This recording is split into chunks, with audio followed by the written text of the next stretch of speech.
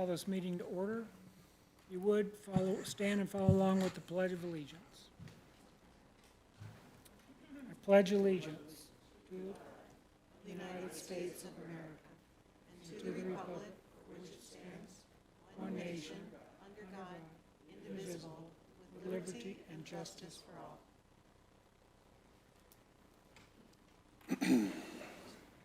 Madam Clerk, can we get a roll call, please? Harkness, I am here. Lucas, Present. Hooper, Milton, Here. Denham. Denham. Ruth, can you hear us? Yes. There you go. Let the record reflect Alderwoman Denham is attending virtually. Scholes? Here. Williams? Present. Your Honor, you have a quorum. Thank you.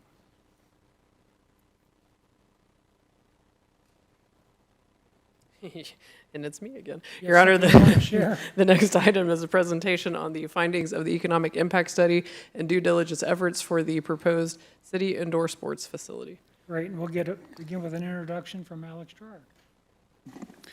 Good evening, Mayor and Board and audience. Thank you for being here this evening. This is an important meeting as we're going to reveal the findings as part of the numerous due diligence efforts that the city's undertaken over the past couple months.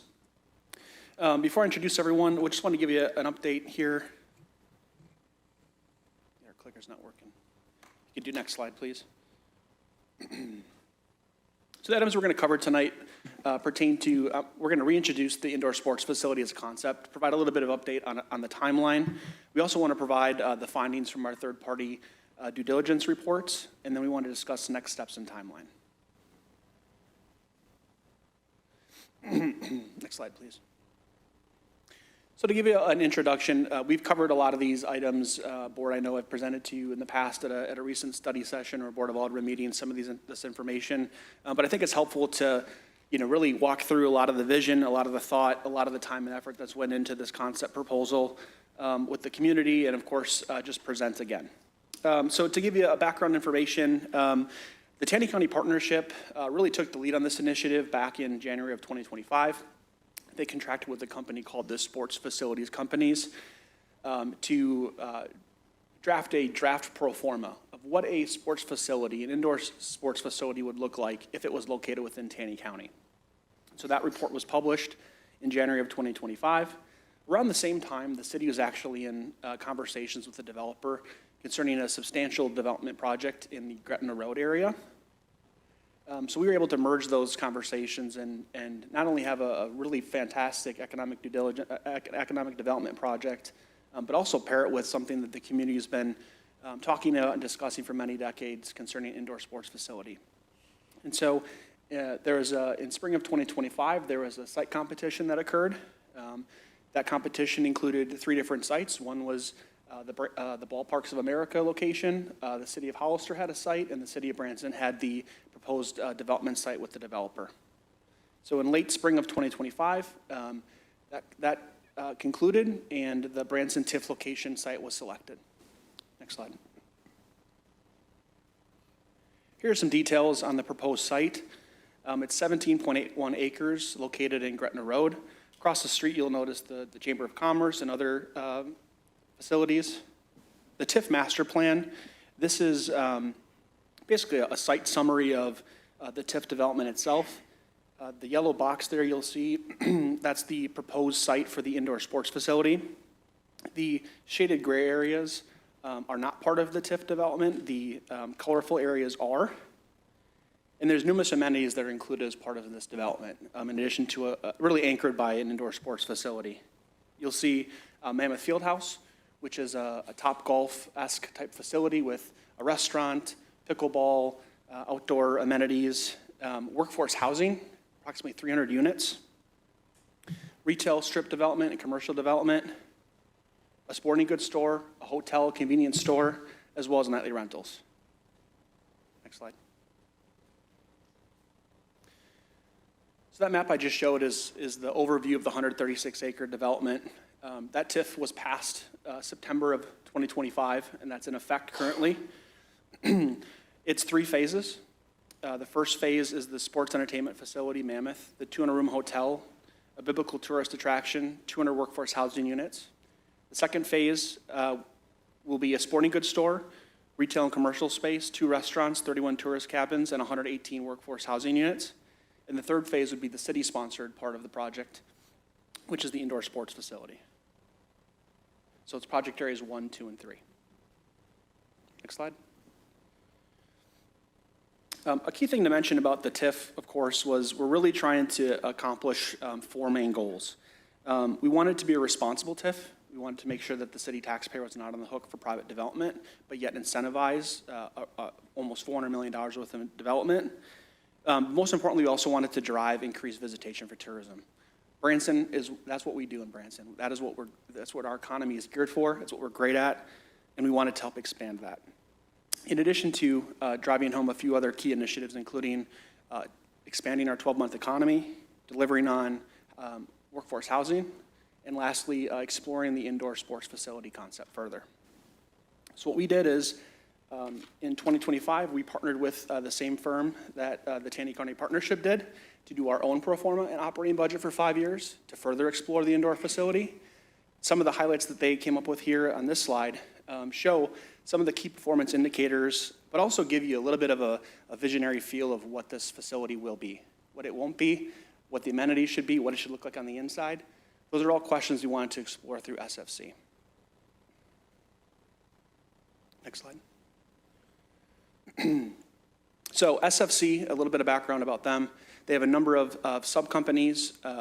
Their main model is to help communities such as ours develop and implement indoor sports facilities and ultimately manage them. They have numerous sites across the country that have been successful, and so they were a great partner in helping us scope what an actual indoor sports facility will be. The total specifications on the site, it'll be about 149,000 square feet in total. There'll be about 597 parking spots. The core space will be about 73,000 square feet. And what that translates to is 8 basketball courts that can be translated and transformed into championship-style seating, in addition to pickleball, volleyball, and other hard surface floors that can be used for MMA or other types of tournament-style sports. You'll also see there's other space that's part of this facility, including a family entertainment center. This is an area where, as teams and families are waiting for their next tournament to come up, you've got an opportunity to grab a light refreshment. You have the opportunity to maybe play a quick arcade game, something to keep brother and sister entertained and accounted for as their sibling may be as part of the tournament. How we really designed this facility is we want to bring folks from regional and national destinations to Branson. And then once they get here through the sports facility, we want to turn them loose on the Branson community, on the local businesses. It's really important because we could have designed this space with restaurants and full-service seatings and amenities that would keep people at the facility. But similar to our convention center, we want this to be a draw to get people to Branson. And then once they get here, we want them to explore all the amenities that Branson has to offer as a family-friendly destination.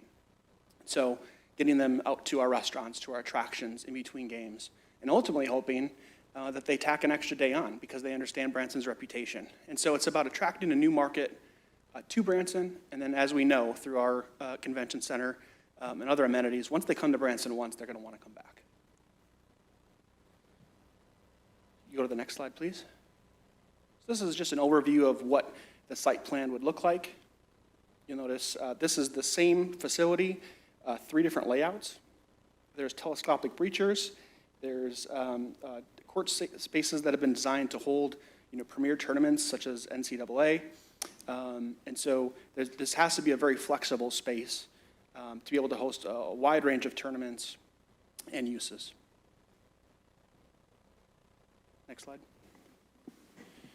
So part 2 really dives into the city's sponsored due diligence to date. Next slide.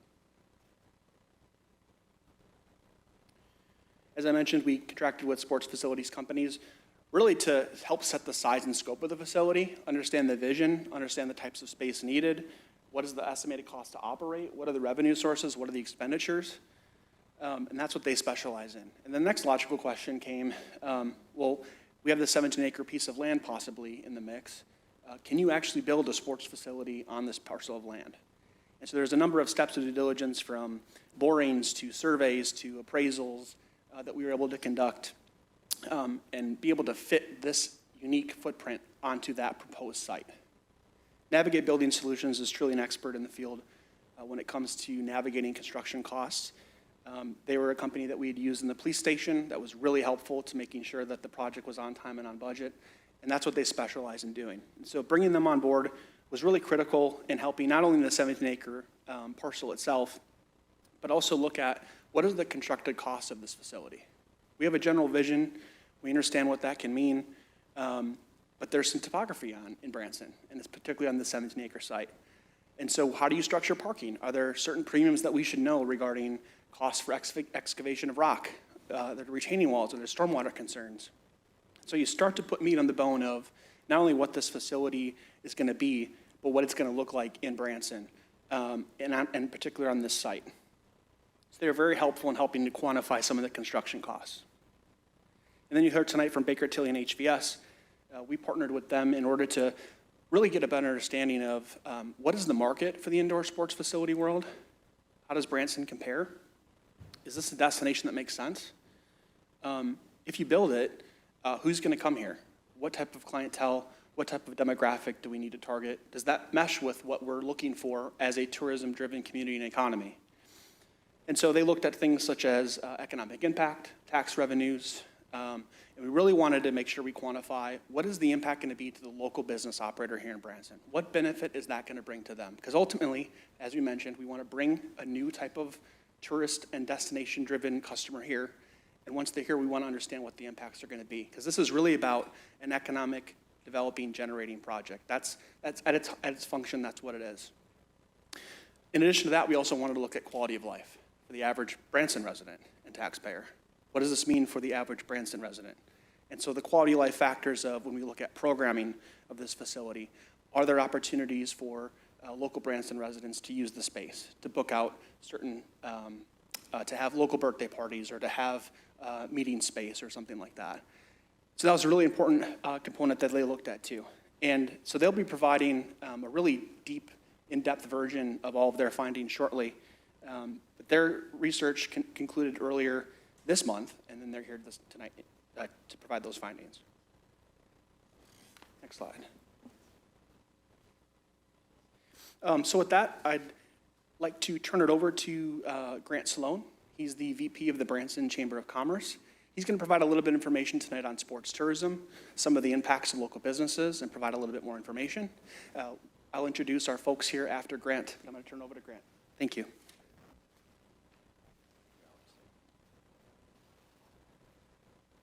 Well, good evening, and thank you for the opportunity to speak. I'm Grant Sloan, the Executive Vice President at the Branson Chamber of Commerce and Convention and Visitors Bureau, and just wanted to start by saying thank you to the Aldermen, to the city staff, to Kathy, Alex, for your leadership around this project, for your commitment to this project.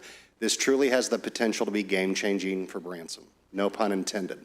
In fact, 2 study sessions ago, I was sitting back there and I heard somebody say, "We have never been this far before."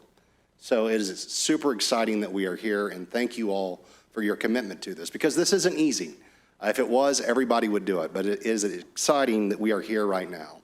And so Alex and Kathy asked that we provide a little bit of a perspective of the timeline of how we got here. And so you should all have a handout, looks like this. I was asked to speak because I've been at the Chamber since 2017. But the truth is, this conversation around the sports facility and doing feasibility studies around the impact of sports tourism goes back well beyond 2017. And so I want to briefly run through a few examples. Branson 2030. The Branson 2030 plan is the first time we saw indoor courts brought up in written form on a city document. That was the first time we heard 4 to 6 courts at that time at the Branson Recplex. In 2012, the Chamber of Commerce and Convention and Visitors Bureau worked with H2R Market Research. You may have heard the name Jerry Henry before. At that time, The sports visitor profile identified that sports visitors stay longer, they spend more. And Mayor, I know something that you are very passionate about, it brings new visitors to town, first-time visitors to the Branson Lakes area. In 2013, Johnson Consulting in the city of Branson confirmed that 4 to 6 courts at the Recplex would be beneficial to our community. 2015, the National Association of Sports Commission again doubled down on that, looking at a more comprehensive approach. Again, tourism in the form of sports tourism, specifically around tournaments, can have a long-term impact, not only during our traditional 9-month economy, but throughout the 12-month economy. 2017, this is when I came on board. We worked with the Huddle Up group. This is when the Chamber and CVB kind of took the torch, so to speak. At that time, this was also a comprehensive look at both indoor and outdoor facilities. At that time, it was talked about, could we potentially do some courts down at the convention center? And then also looking at baseball diamonds. 2019, a group of volunteer leaders for the very first time, known as the Sports Funding and Development Task Force. This was a group of volunteer leaders brought forward plans and recommendations from the Huddle Up group, brought them to the Board of Aldermen, stood where I am now, and requested that we have a funding mechanism in the form of a 1% food and beverage tax to help fund the facility. At that time, why that lost traction, why that got kind of hung up is because that conversation around the food and beverage tax got mixed in with the use tax at that time. I believe that there was a concern, I don't want to put words in anybody's mouth, but there was a concern that competing initiatives at that time would result in both of the initiatives failing. Of course, we know what happened in 2020, 2021, then you move to 2023, the Taney County Partnership. The Chamber and CVB's economic development arm picked the torch back up. Alex mentioned that is when we contracted with Sports Facilities Company. National experts in this field. That's when you first heard the 8-door courts, the standalone indoor facility. Why 8 courts? Well, it's a data-driven decision. That is what allows us to compete, for lack of a better way to say it, with the big boys and girls and get tournaments of all sizes from across the nation so that we can maximize this facility in the terms of visitation. 2024 into 2025, that's when SFC rolled those findings out to the community.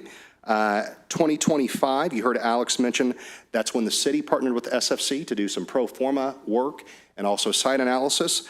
Then leads us to 2026. That is when the city partnered with Navigate on site selection, and then HVS, who we are going to hear from here very shortly. On this handout, and you can see the end there, I thought this was kind of eye-opening. You can look at it a couple different ways. And so, Alderman Williams, I know that you were out in Pigeon Forge and Gatlinburg, Tennessee, got to see the Rocky Top Sports Facility with your own eyes. No surprise there that Pigeon Forge is very similar to Branson. If you have any doubt, just ask Kirsch and Family Entertainment. But Pigeon Forge is very much like us, very much like our visitor. In 2013, they broke ground on the Rocky Top Sports Facility. 8 basketball courts and outdoor courts as well, or outdoor fields as well. And this is a little tidbit that you've got on your handout there. In 2024, Rocky Top Sports World in Gatlinburg, Tennessee celebrated its 10th anniversary. Milestones hit over the first decade include more than $400 million in economic impact and 1 million booked hotel room nights. One way to look at that is, this is what our facility is capable of.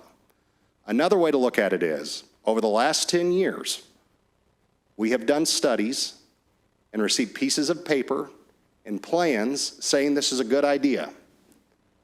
Rocky Top took action, and they got $400 million out of it. And today, it's $500 million and going up. That's the opportunity in front of you here.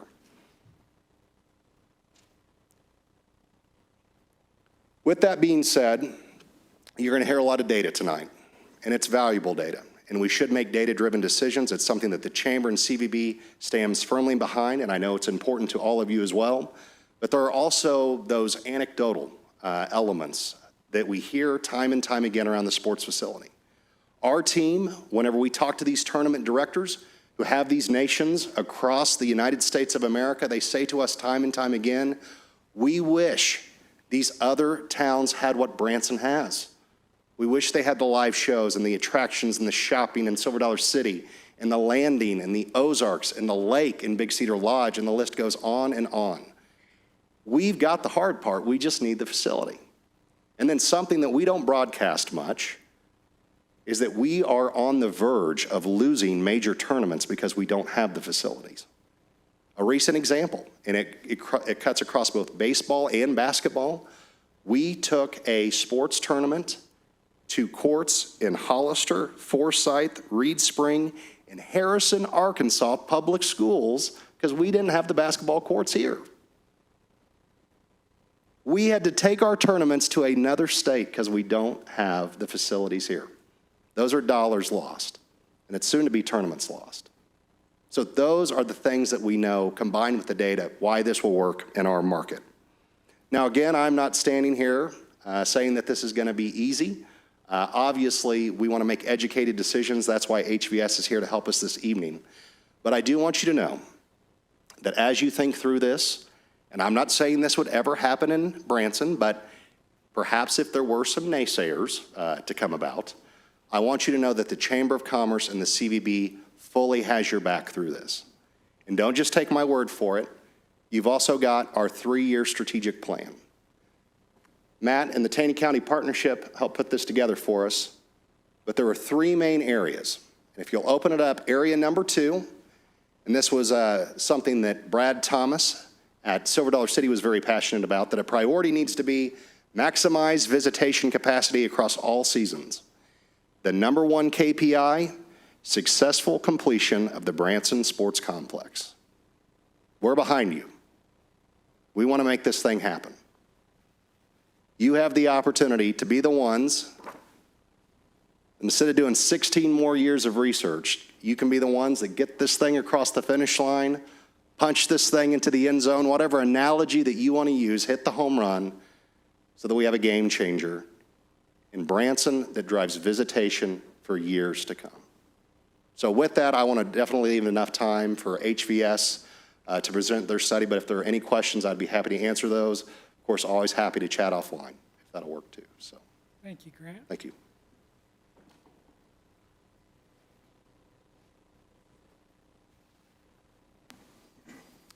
Thank you very much, Grant. We very much appreciate the support and partnership from the Branson Chamber of Commerce and the TCP. Our first speaker this evening will be Peter Gonzalez. He's the Deputy Managing Director from HVS. He's going to present information pertaining to the findings on the market and economic impact study. Peter?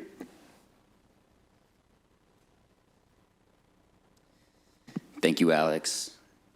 Mayor, Aldermanic Board, thank you for the opportunity to present here today. Before I launch into my study, I would like to contextualize a little bit.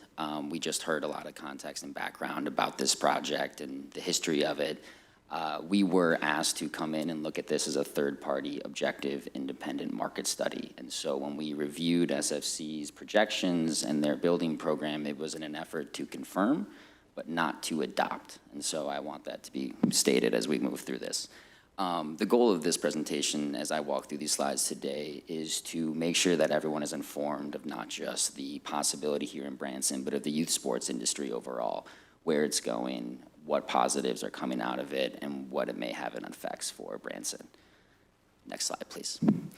I'll be walking through a market overview, some youth sport industry trends, comparable and competitive venues, building program recommendations based off the SFC program, demand projections, independent financial projections, and then ultimately culminating in an economic impact analysis. Next slide. Next slide. The market area and drive time populations for Branson, Missouri are very key for this. Anytime you have a youth sports facility, you want to know where people can drive in from. The initial immediate market is a little bit light. However, when you extend out to the 3 to 5 hour range, Branson does hit a lot of major metropolitan areas, culminating in around a 12 million person population. Next slide. We do know that people don't just drive into Branson. Of course, they do fly into SGF, although it is 50 miles away from Branson, making it still primarily a drive-in market. Next slide. We reviewed Branson's lodging inventory as part of this analysis, and we concluded that it has sufficient hotel room supply, concentrated near Highway 76 and, of course, the Branson Landing. You see a range of chain scales as well as lodging size types by rooms, so it offers a lot of different possibilities for your potential attendees. Next slide, please. We also reviewed the market performance, and this slide does show you that the market tends to peak in the summer with tourism and dips into the winter months, with December, January, and February being the lightest months. Next slide. Branson visitation follows a similar characteristic of the hotel stays, although you do see that in December there, the visitors do pick up.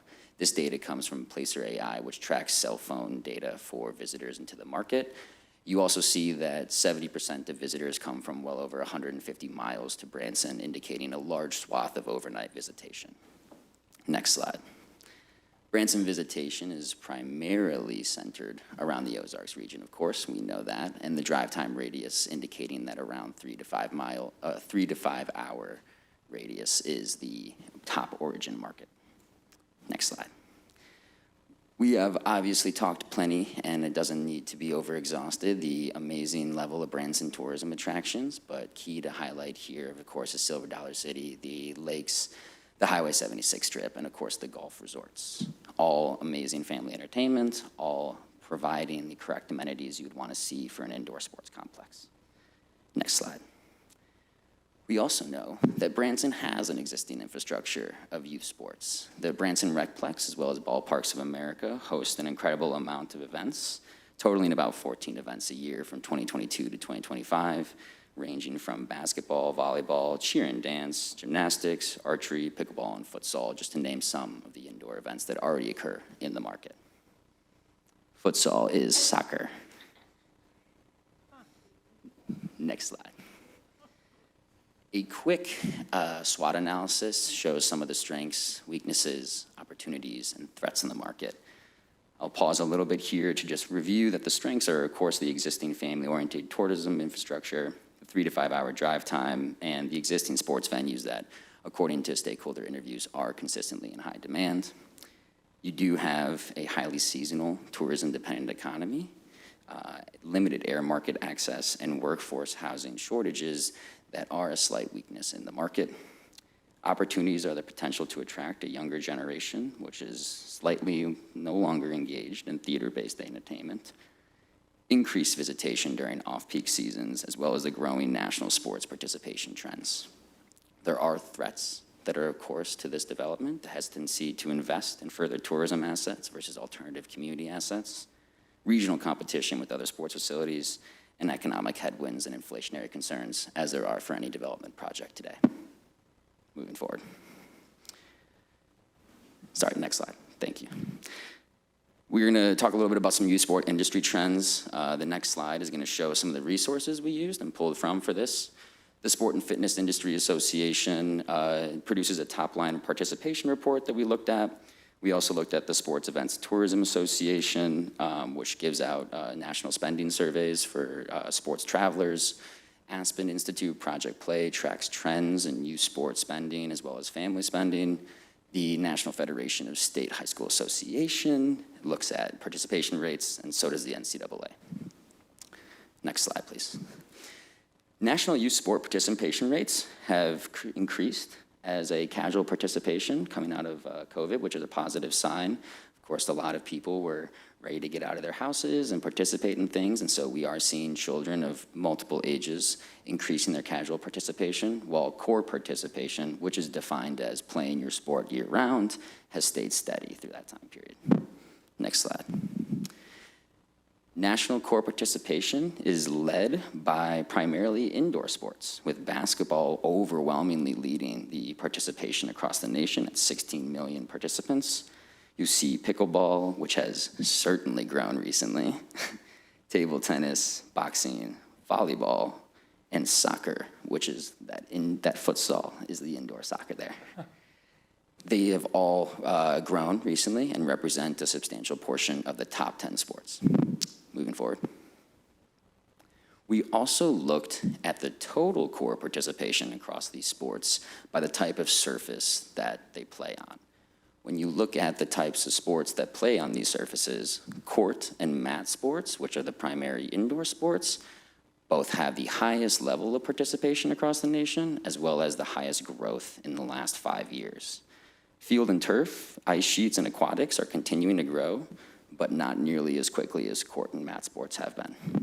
Next slide. When looking more specifically at Missouri high school sports, we do see that Missouri ranks within the top 20 states for basketball, volleyball, and wrestling participation. A key one to note is the 21,000 participants in basketball, which ranks 13th amongst states in the US, indicating that indoor sports are a high primary draw for Missouri high school athletes. Next slide. When we look specifically at the highest used sports inside of indoor courts, you do see that basketball has had a slight dip in the state of Missouri recently, about 12%, although it has been kicked up and offset by the growth in volleyball, which is up 17% since 2014. Next slide. When looking at the national sport tourism market, there are twice as many traveling participants as there are spectators. However, total spectator spending is nearly equal to that. It represents around $111.2 billion in direct spending across the nation, generating $20.5 billion in state and local fiscal impact. Next slide, please. Participant overnight and day trip visitation has continued to grow, with overnight travelers growing at a faster rate since 2019, totaling roughly 123.5 million travelers annually. Next slide. Family spending on primary youth sports has also gone up considerably since 2019, increasing roughly 47%, driven by higher travel and lodging expenses as the primary category for growth. Next slide. Youth sports have some pretty high annual spending. This comes from the Aspen Institute State of Play, where you see that 3 of the top 5 sports with the highest annual spending are indoor sports, and basketball is the 10th sport. Next slide. What are we taking away from those trends? Well, the indoor participation base in Missouri is deep, with the mix shifting towards volleyball, slightly away from basketball. Overnight tournament travel, not necessarily local league play, is the true economic engine in any of these facilities. And families are spending more, and indoor sports capture a disproportionate share of that spending. Next slide. We also took a look at some comparable and competitive venues to inform our analysis and recommendations for the project. Next slide.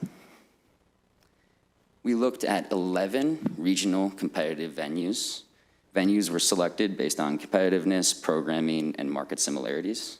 We looked at venues in Overland Park, Kansas, Tulsa, Gatlinburg, of course, with Rocky Top, Cape Girardeau, Mount Vernon, Fayetteville, Wichita, Pigeon Forge, and others. Next slide. We also took a look at 9 national comparable venues, which were selected based on similar programming as well as market similarities in terms of demographic and size.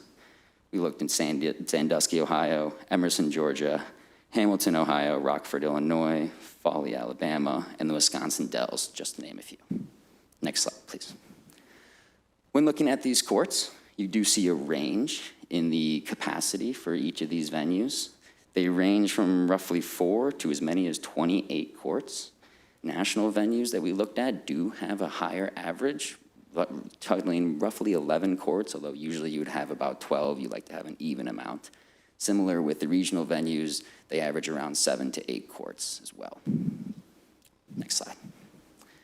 When we looked at comparable venue visitation seasonality, which again comes from Placer AI that tracks visitation using phone cellular foot traffic data, we do see that these venues generate considerable visitation during what would be considered Branson's low tourism period in January, February, and March. And these venues trickle down and actually see a decrease in visitation during Branson's high tourism period, which kind of goes counter-cyclical to what we're noticing. Next slide, please. Comparable visitation on day of week is primarily centered on the weekend with tournament demand, although you do see roughly 40% of demand coming from those weekday events. And so it is not simply weekend tournaments that drive these facilities' success, it is also local usage as well. When looking at distance traveled for these venues, again, you see a split between weekday and weekend visitation. Weekend visits are primarily generated by attendees who travel 50 or more miles, while weekday visitation is overwhelmingly generated by attendees who travel from less than 30 miles. What does that mean for this venue? Well, strategic positioning would be in the middle of court capacity range, roughly 8 to 10 courts. Indoor sports facility demand runs counter-cyclical to Branson's current tourism seasons, and dual demand models indicate weekday local usage combined with weekend tournament usage drives success. We then reviewed SFC's projected building programs, though we did take a few liberties in our recommendations, which I will show on the next slide here.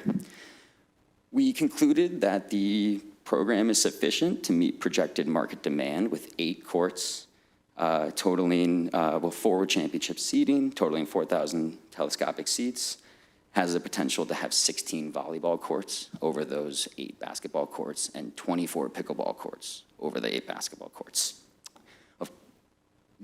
Actually, we go one back, thank you.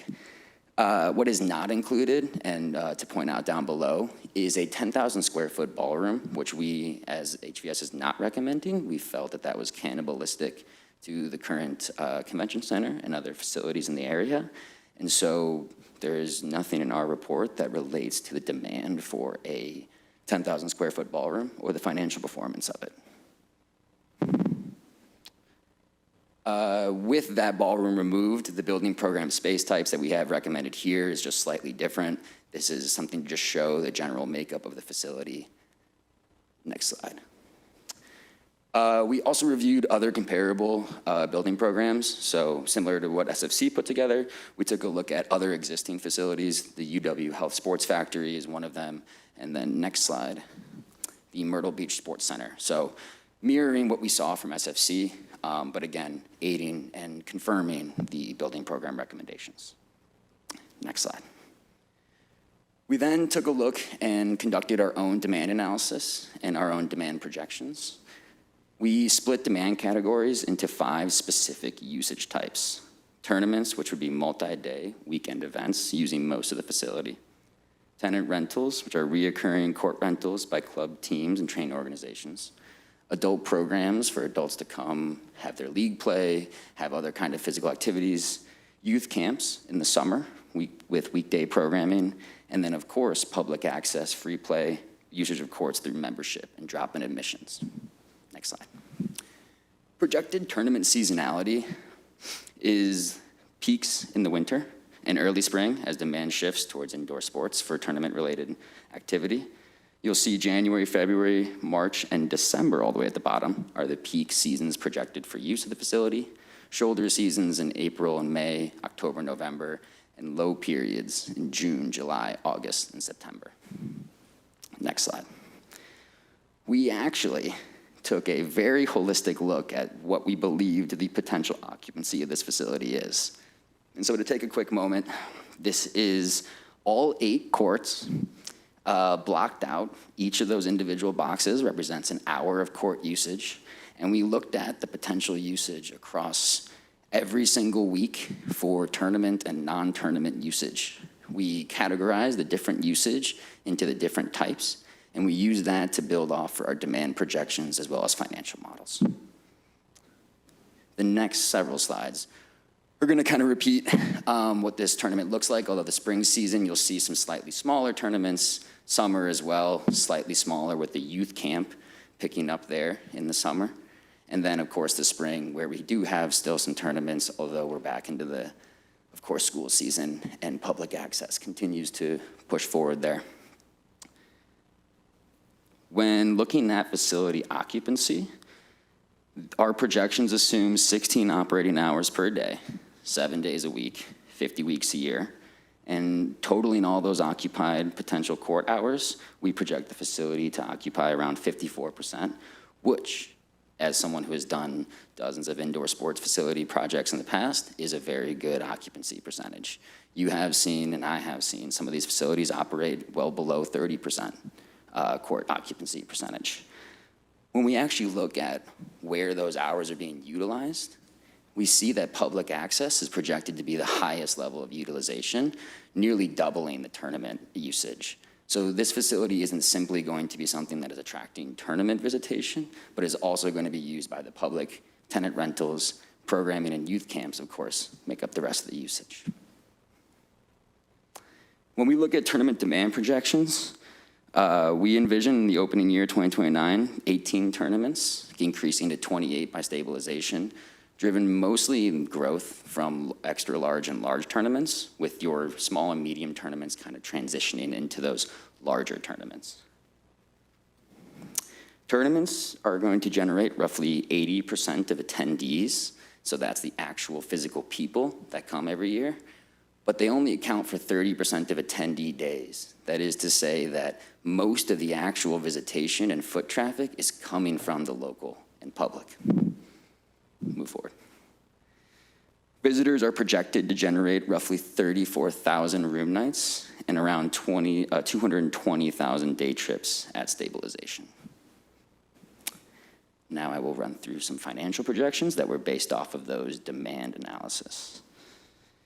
We looked at SFC's operating pro forma and pro formas that we developed in the past, and we projected out operating revenues and operating expenses for the venue, including concessions, family entertainment center, facility rental, of course, public access fees, and the rest coming through on those operating revenue line items. Expense items, of course, cover all the expenses related to the operation of the facility, as well as some non-operating expenses for management. Our 10-year operating financial projections see a slight break even in the first year, generating roughly $3.6 million in total revenue. That increases to $5.46 million at stabilization, and then inflates from there to around $6.52 million at the 10-year mark. Net operating income ramps up quickly in the first 4 years as the facility continues to generate more visitation, and then increases with inflation thereon further once the facility has stabilized operations. The net operating income does total $782,000 in the 10th year. When looking at the operating revenue breakdown for a stabilized year, 55% of revenues are generated by court use, while 45% are generated by the family entertainment center and concessions. That might sound outblown, but that is how most of these facilities generate their revenue. They generate it based off the amenities from the people that can get in there, not necessarily off the amount of money they can charge the courts. Operating expenses come mostly from salaried and part-time labor, with 10% covering the programming costs for tournaments, public access, as well as youth camps and adult programming. Now I'm going to step into the fun part that I think everyone's been waiting for, the economic impact analysis. I'm going to take a bit here to pause and speak about how we think of economic impact analysis here at HVS. We consider only what is new to the market. We don't consider what has already been in the market or anything that is coming from locals in terms of spending. That money is already inside of the economy and isn't something we count in terms of what is being imported as economic impact. So when I take my net demand for this facility, I have to multiply it by the percent new to the market, and that gets the new demand. Those new demand units come out to spending. So we have spending per each visitor, whether they stay overnight, whether they're a day tripper. That all gets put into a big pot that's considered gross direct spending. Gross direct spending is then fed into InPlan, which is an input-output economic software that allows us to see the net direct spending, indirect spending, and induced spending that is generated from that initial gross direct spending. Indirect and induced spending is often called the multiplier effect in economic impact analysis. It is the amount of money that is trickled down from the economy from the original direct spending. That is then used to make the job, to estimate job impacts, as well as Baker Tilly looking at the fiscal impacts. We identified 4 main sources of new direct spending, which is predominantly from visitors, tournament overnight stays, tournament day trips, and then of course the facility revenue would be new to the market. So F&B is split into a slightly different category for sector purposes, and then the rest of the revenue the facility makes is split into another sector. Direct spending assumptions are laid out here. This is for a stabilized year, stated in 2026 dollars. Our spending assumptions come from CoStar, Sports ETA, and the operating financial projections of the facility. Direct spending by source. I'm sorry, Peter. Yes. Can you just go back on that? Absolutely. Who's doing the trigger over there? Is that you, Brandon? Can we have some pause time? I mean, I'm a fast reader, but I'm wondering if everybody in the audience is able to keep up. Maybe you're faster than me. No? Ben's saying no, he needs it slower. Yeah. So it's okay to just take kind of just a moment on some of that, because a lot of this is new information for our public and understanding the jargon that you all throw around. Absolutely. Right? We love it, but, it's a little slower. Thank you. Absolutely. I also would like to remind everybody that this entire presentation will be available on our website, the city's website, in case anybody wanted to go back and review it. No problem. Thank you. So we do have clearly 2 main sectors at the top where you see the facility revenue coming into. So the facility F&B revenue is going to go into a concession sector in the economy. That's going to have a certain trickle effect. And then the rest of the revenue is going to come into the sports complex side. All visitors then have certain per cap spendings that are assumed through the Sports ETA Youth Sport Travel Spending Survey, as well as CoStar for the hotel rates. So when looking at food and beverage, you see day trippers and overnight visitors, we assume spend the same. The only difference between them is that the overnight visitor spends the hotel generated. I think that is all good. All right, next slide. Direct spending is concentrated primarily by your overnight visitors. Day trippers generate a very low, substantial portion of the spending. Most day trippers are not necessarily going to be new to either Branson or Taney County. And then all of the facility revenue and for the all of the facility revenue is considered net new to both areas. When we take that direct spending and we look at it in terms of overnight visitation, there is a slight difference between Branson and Taney County. There could be potentially Taney County people who are staying overnight in Branson, so hypothetically importing money to the economy at a very small rate, and then considerably the same as well for tournament day trips. You may see that Taney County sees a smaller impact because people are coming in from Taney County, importing that money into Branson, but are not necessarily importing it into Taney County. When looking at that spending by category, most of that spending, about half of it, is accounted for the sports complex and hotel sectors. Roughly $5 million is spent in the hotel sector in Branson, and about $4.67 million in Taney County. Moving forward. When you take that net direct impact and put it into the input-output calculator, it produces indirect and induced figures for both Taney County and Branson. The total economic impact comes out to be $23.3 million for Branson and $25 million for Taney County. You actually see that there's a larger impact net direct for Branson because it receives more of that initial influx of visitor spending. But you see indirect and induced impacts a little bit higher in the county because the county has a larger economy that's able to capture the trickle-off spending that occurs from economic impact. Similarly, when we look at employment impacts on the next slide, you see that the indoor sports complex is estimated to support 140 total jobs in Branson and 152 in Taney County. Again, similarly, Taney County just sees a little bit more of that trickle-off effect, so that's why it has a slightly larger number. Most of those jobs are concentrated in the sports complex and hotel sectors, as is the spending, though food and beverage and catering concessions still sees a very substantial portion of job creation. The last thing I want to say before I wrap up is something that I say for most of my economic impact analysis in the next slide, is that there are non-quantifiable, intangible impacts. I can't count everything that occurs, and so there are a few things that we wanted to point out to the audience.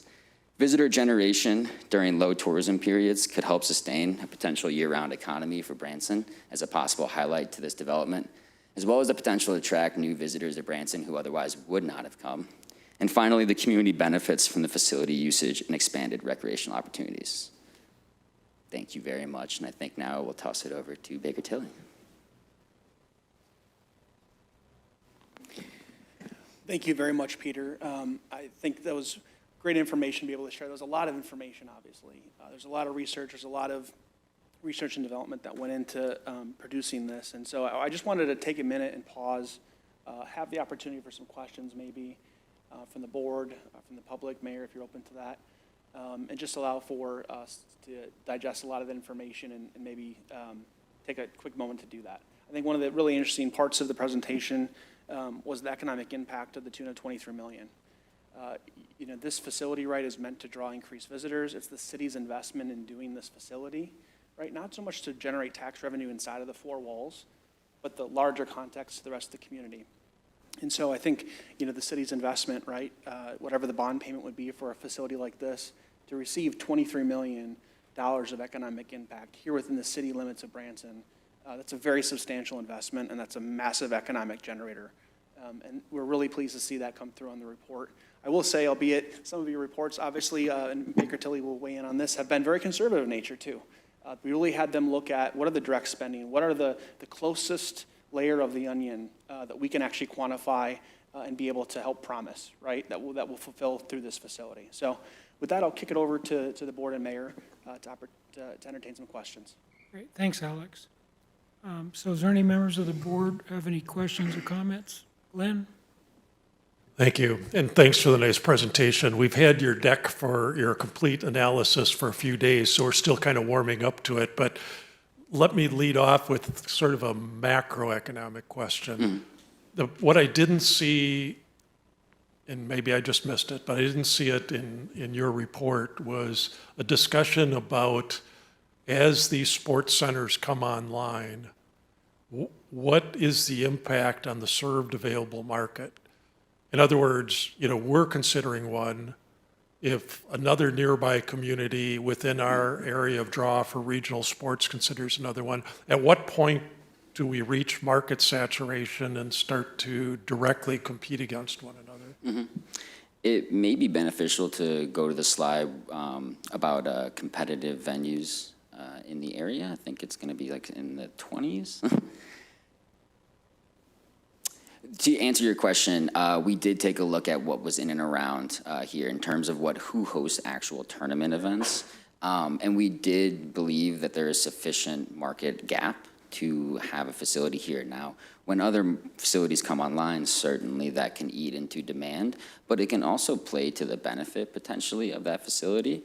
The more that a region is distinguished as a youth sport hub, the more tournaments it can possibly attract. So the increase in visitation can hypothetically lift all tides, though competition in the market is certainly a headwind to consider. Okay, thank you. And then just looking at some of the numbers, I specifically, in your indirect and induced activity, and then you had your sector composition, you come down to a category called all others. So you got hotel, sports complex, transportation, food and beverage, recreation, catering, retail, and then all other. And all other in itself is rather substantial. So could you provide some context for that? Absolutely. If we want to flip to those slides in the back. So when we distinguish all other, there are, of course, 546 economic sectors inside of the NICE category. When we look at economic spending, we are just thinking about the direct spending into 5 sectors, right? So those spending that we talked about from the sports ETA, as well as what travelers will actually spend into. However, indirect and induced effects come from the trickle out of that economic impact. So to give an example, I come in like I did today, and I go and have lunch. The business then goes out and buys more produce and more utensils, more supplies, because I just induced more economic impact into the area. That's called an induced effect. An indirect effect is then the wages that when I go to tip my waitress and give her a $20 bill, because I like to tip well, she then has an increased wage that she is then able to spend throughout the rest of the economy. So those all other sectors is the sum of the rest of the 546 sectors in the economy. I guess I'm still looking for an Sure. example in there, because the details you gave, I see that in the other economic sectors, but can you give me some examples of what's in all other sector names? Sure. So, like, for example, cleaning supplies. That's something that's not a direct impact. Visitors don't spend money on cleaning supplies. The restaurant spends money on cleaning supplies because I came in and increased demand for that restaurant. Isn't that indirect spending when the restaurant buys cleaning supplies? I'm just trying to distinguish so that I understand these charts. Because That's these seem technically- very fundamental to what we're about to hear from Baker Tilly. Yeah, that's technically induced. Indirect is the wage benefit. But yes, it's induced spending. It's induced. So Correct. there's induced spending in the all other? Yes, yes. All other is primarily induced and indirect spending. There is no direct spending into these sectors other than the ones that were presented from the direct spending analysis. Okay. And I know you don't have it in front of you, and maybe you could just do it on an email after this session. Absolutely. But if you compare table 8.8 and 8.9, while the totals match, the details don't. And so if you could just look at that Which and page is shoot off. that on, Glenn? Sorry? What page, so we can look at it? It's not on these slides. It's Oh, it's in the long deck, in the actual study. So 8.8 and 8.9 don't seem on the surface to agree with one another, but maybe I'm just not understanding them. So if you could just take a look at those offline and Absolutely. maybe follow up. I think they may actually be shown in these slides. I think 8.8 should be where the visitor spending comes from. So who is actually doing the spending? If you can flip down a little bit further to the economic impact analysis, I think I may be able to explain that point. Correct me if I'm wrong, but could you read me the title of figure 8.8? Yeah, 8.8 is the beginning of the section that says direct, indirect, and an induced activity. And the impact types are listed: net direct, indirect, induced, and a total. So the total comes down to 23.259, which we've seen. These are on the stabilized numbers. The net direct is the part that I can't get to resolve. It says 18.210 net direct. But then when you come down to the sector composition, it seems as if those don't total the net direct. Because the sector composition includes the induced and indirect figures. So the reported net direct figure, whenever you have direct spending into an economy, especially when you have retail spending, for example, there's margins, right? And so you could have $18 million in direct spending into an economy, but there's still going to be leakage that comes out. And so that's why you see net direct figure reported there. It's actually accounting for the leakage and the margin purchasing price for different retail or other types of facilities. From there, we took that number, that total 23.3 million, and we showed the distinguishing aspects of where that 23.3 million is spread across those sectors. So that is totaled from the figure 8.9 is showing you the total 23.3 million across the sectors, aggregating both the net direct, induced, and indirect spending. Okay, thank you. Artie? The slide that showed the comparables that you guys looked at in this, it would have been very beneficial to have been able to see how many courts, the size of the facility and things of that nature, and the region that they reached, like you showed for our facility, so that we could have an idea of, I guess I'm thinking about what Glenn's first question was with respect to when we reach a saturation point. We do actually have some of that further detail in our report, in the more full narrative report. Alex? Thank you, Mayor. Sir, thank you for your brief. When you talked about HBS's philosophy on wanting to, I think you were speaking to avoiding cannibalism of the market. Looking at that methodology, what do you guys use? 'Cause you showed the diagram, but what method do you use to discern between what already existed and what you're predicting will come in? So I think we're confusing two different things. One thing that I was looking at there when I was talking about cannibalization was the actual meeting space inside of the venue.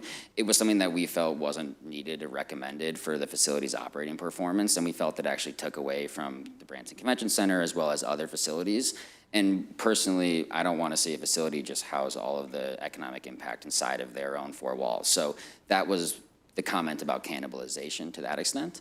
To the comment about economic impact and methodology, that is the crux of our analysis, is only looking at new visitor spending. So we only looked at who would come from outside of Branson and Taney County for that economic impact analysis. We did not consider any of the local usage, any of the use that already is going to be occurring in the market, simply what is being imported from those new visitor spending.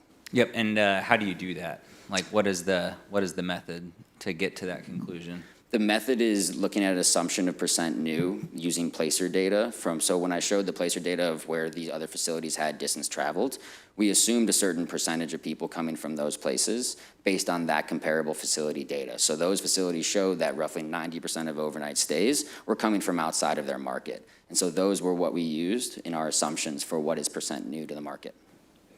Yeah. Thank you, sir. Appreciate it. Ashley?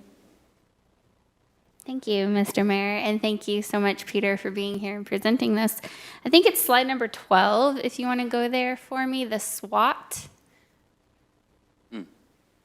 Under threats, I don't really like that top one, hesitancy to invest in tourism assets versus alternative community assets. I think most of you very well know that community assets are very important to me. So if this is if I'm misunderstanding what community assets are there, but I always see this as it should be an and. So as we move forward with our sports complex, we need to also and be considering our community assets, not that they're working against each other. Absolutely. Yeah. No, that was more in the description of the potential development. So it was more of a threat to the actual development of the facility, not necessarily a threat of the market. It's something to just contextualize in terms of the trade-offs of decisions that the council may make. All right, don't take away my indoor pool, all right, you guys? Also, I noticed, and I was reading through the deck that was sent out to us as well, I noticed there's a big emphasis on public access and day trippers, and that makes up, from my understanding, at least half of some of the tourism that's coming in. Yeah? Sorry, I want to let you finish there. Okay, well, I guess where I'm getting at is I'm going to need more information in regards to that because we already market, 4 to 5 hours outside of Branson. And if these day trippers are not bringing in new visitors, because you said day trippers are low for new visitors. And a big piece of this is to encourage new tourism visitors. So I think at some point, it doesn't have to be now, and it's not a attacking type of a question, but at some point I would like more expanding on how that works because it is such a big portion of what the sports complex utilize, or big portion of people that utilize the sports complex. Absolutely, yeah. I think it could be beneficial to switch the demand section there. What you see, and this is an important distinguishing aspect to our analysis when we look at projecting anything, when we project on an event-by-event basis, we're considering what are both visitors and visitor days. So when you look at the actual visitors that are generating, the number of individual people that are walking into this facility, over 80% of them are going to be walking in from outside of the area. They are projected to be new tournament demand visitation. With that being said, they only walk into the facility 3 or 4 times in the days that they're here. The rest of the time, the assumption is that the local area would use the facility consistently. And so that's why the local area makes up a far higher swath of the day trippers and the total day trips, because they are the ones that are coming into the facility on a multiple basis, whereas tournament attendees are only coming in 1, 2, or 3 times. And is local considered Branson and Taney County? Because we're a very small residential population and we have the recplex that we use. That is correct, yes. It is considered that. It is also considering the fact that there is, from what we heard from stakeholders, need for considerable court usage from tenant rentals as well as people in the county and further outside of Branson that are looking to have other programming uses, teams looking, youth teams looking to have further court and practice time.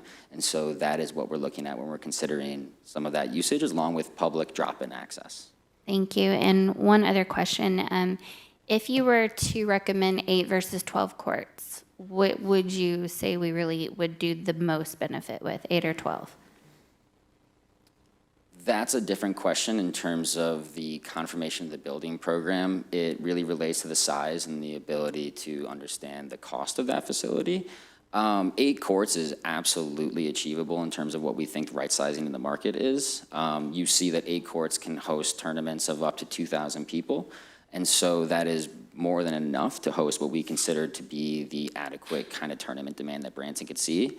Where you see 12 and 16 and 28 courts are in larger markets that have more significant air access that allows them to pull from some larger regional and national areas. So it's more of a constraint on the drive-in market than it is a constraint on the demand for the facility.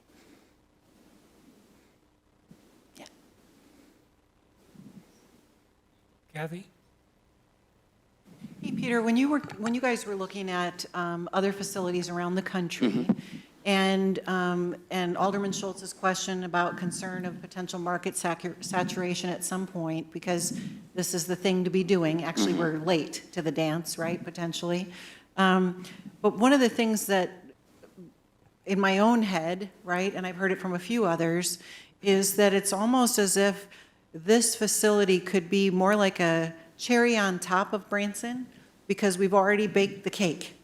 The cake, we got the frosting, we got the little sprinkles on the cake with all the shows and the entertainment and the amusements for kids to be doing during that in-between game time, et cetera. Do you think that that uniquely gives us an advantage that we would be seeing, that maybe the advantage could be more like what Pigeon Forge experienced with Rocky Top, given that Pigeon Forge is so much like Branson, then they brought Rocky Top in and it's like, boom, right? I mean, their economy just exploded, where we've got a really good, strong economy tourism-wise here too. Do you see that kind of having similar type impacts to Branson, because the stage is set, right, for families to come here and have lots of things to do versus, say, a facility that's built in a cornfield in Sioux Falls, right, where there's not as much fun stuff to do, right? Is that, there's not a way to quantify that probably, or is it just more of a feel? It actually very much factors into our analysis, and it's something that's dove into a little bit more detail in our full narrative report. But you do look at what the amenities are in the surrounding area. So Branson, you're absolutely right, has an incredible existing and specifically family-oriented tourism infrastructure, and that does 100% benefit the potential development of this facility. You are right to assume that if you build this out in the middle of nowhere with nothing around it, I don't think I would even recommend that for a facility of that nature, of this size. It certainly is something that factors into whenever you think about the potential. And I think it also goes to show what Branson has the ability to attract in terms of new visitation. One of the things that wasn't included in this report, for the sake of time, but also was included in our narrative, was the incredible amount of repeat visitation that Branson generates. And so when a new visitor does come to this market, they are coming back. And that is something that we considered in terms of the potential demand for this facility. May I say something to that? Is there, did you consider that obviously we want this for our peak season, which is our low season. So if people are coming January, February, right, and we don't have those amenities open, does that play into it? Yeah, absolutely. I think that's part of what the thought process behind this is that this is something that's used as catalytic development to help spur that 12-month economy. I think if people understood that this is being developed and that there are going to be tournaments with multiple thousands of families and youth sports spectators coming in, that they would augment those hours and potentially go from a 9-month business to a 12-month business. So while it is something that was factored into our analysis, we did not see it as a necessarily limiting condition. Of course. Peter, did you guys see that in the Pigeon Forge Rocky Top example, where they saw their shoulder season, their downtime, really pick up exponentially, like what you showed on the graph is the expectation for here? Absolutely, yes. Do you know if there's any studies that they might have done that might show the social impacts of something like that, like say on lower middle income families trying to make ends meet in Pigeon Forge, job stability, school success, home stability, all those kinds of softer things that maybe can't be monetarily measured, but that would naturally come with a consistent, steady job? That is something that is routinely talked about, but very hard to quantify in our industry. And so it is something that is a benefit, but is always in conjunction with a whole lot of other factors inside of an economy. So to your point, this isn't simply the thing that's going to make Branson a 12-month economy. It's part of a broader initiative to continue to develop this city and as well as the county into a more strengthened and fully forming full-year economy. Glenn? One quick follow-up question. The number that I couldn't really get my head around in the economic impact was the transportation. And I think that was factored based on $60 a day or something like that. Correct. But, you know, when I look at Branson and just think about how people travel into this market, it's hard for me to come up with how they would spend, and it said Uber and Lyft and those kind of things, how they would actually spend that in the Branson market, given a good part of our market drives here, so they've got vehicles. Is there something else in there, or is that truly taxi service, bus service, things like that? That is a slightly it's part of the way that that sector is just characterized in the NICS code and the 446, but that's also something that we account for. The other considers gas expense as well and fuel charges. So that's primarily what would be driven in a place like Branson versus the taxi and Uber and rideshare, although that is a potential in this facility as well. It just seems, I was thinking about gas and things like that too, but even if you factor that in, $60 a day when you're in the market seems terribly high, and it turns out to be a rather significant number in the overall total. I think it was $3.5 million. So I'm just wondering how solid that is in the analysis for our market. Sure. Those numbers are based off of the ETA National Sports Spending Survey, so it's taken from that level, and then it's actually adjusted for corporate travel index and regional price parity for the Branson market. So that is the furthest that we can get from our survey data that we have access to in terms of what the spending per caps are, and then adjusted and inflated properly for the $2026 a year. Yeah, I can see it in bigger markets, you know, I can see it in the New Yorks, the Chicagos, those types of areas. But it just seems out of scale to me when I look at our market and think about how our travelers currently come into this market. Do a number of the teams that are traveling for these events, are they coming in on buses when they do come in on roads, on coaches, or are they driving individually? It certainly depends on the age range. You'll see the 13 to 17 range, that high school range, have a lot more buses, which certainly have a different kind of fuel charge coming with them. But then you also see a lot of attendees coming in with their cars, especially from 6 to 12 range. So it varies. I don't quite have the statistics on that, but it's something that's factored into when Sports ETA conducts their survey. So that is the data that we were able to use for this report.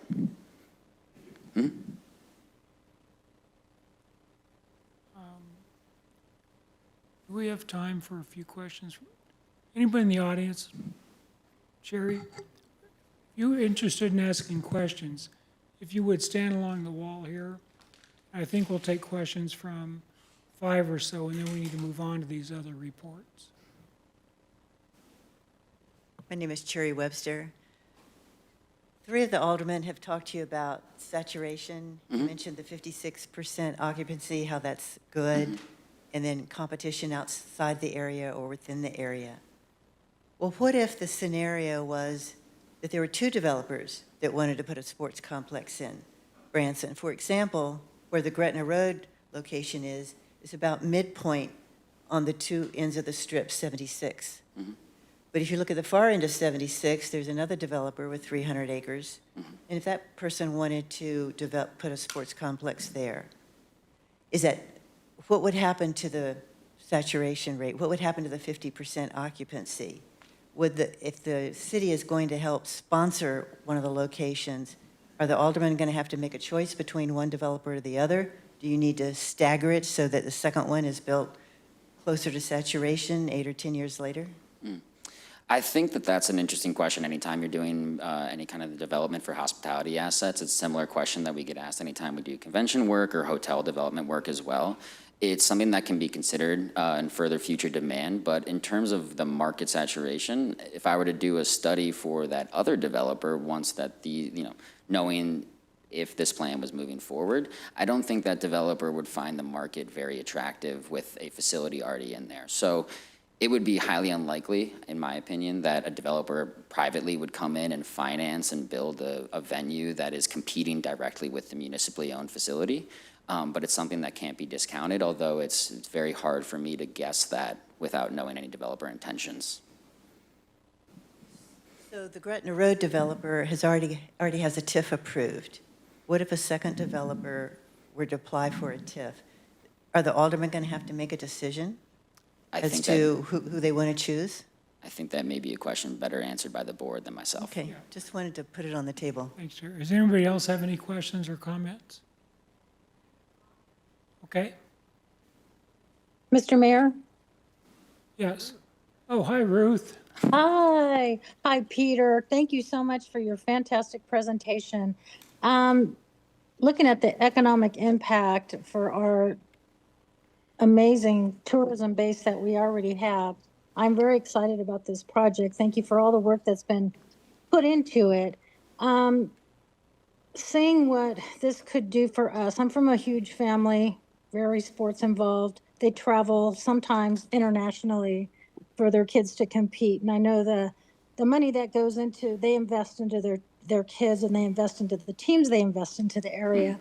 So I can understand what this is going to do for us. Also, the year-round opportunity, I mean, that's what the city's been crying out for so long.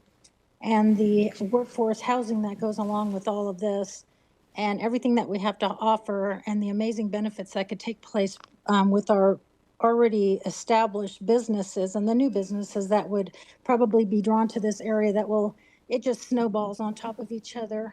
Also, looking into like December, January, February basketball season, I also see, because we have to just go out of the area with our kids for any of the competition, being able to offer our own residents here the opportunities that would exist for our kids that are growing up here now. I can also see martial arts. I can see wrestling competition. I can see being so heavily involved with the school districts. And I'm really excited about this, and that it will just be a snowball. It could be a huge snowball effect on our economy. So I thank you for the presentation. I look forward to hearing more. And the central location. It is so centrally located, and then being so close to our police department as well for the safety of all the kids that would be coming in. I would want to know that as a parent. There's just so much we have to offer, and I thank you for your presentation, and I will stop now. Thank you, Mr. Mayor. Thank you, Ruth. Go ahead.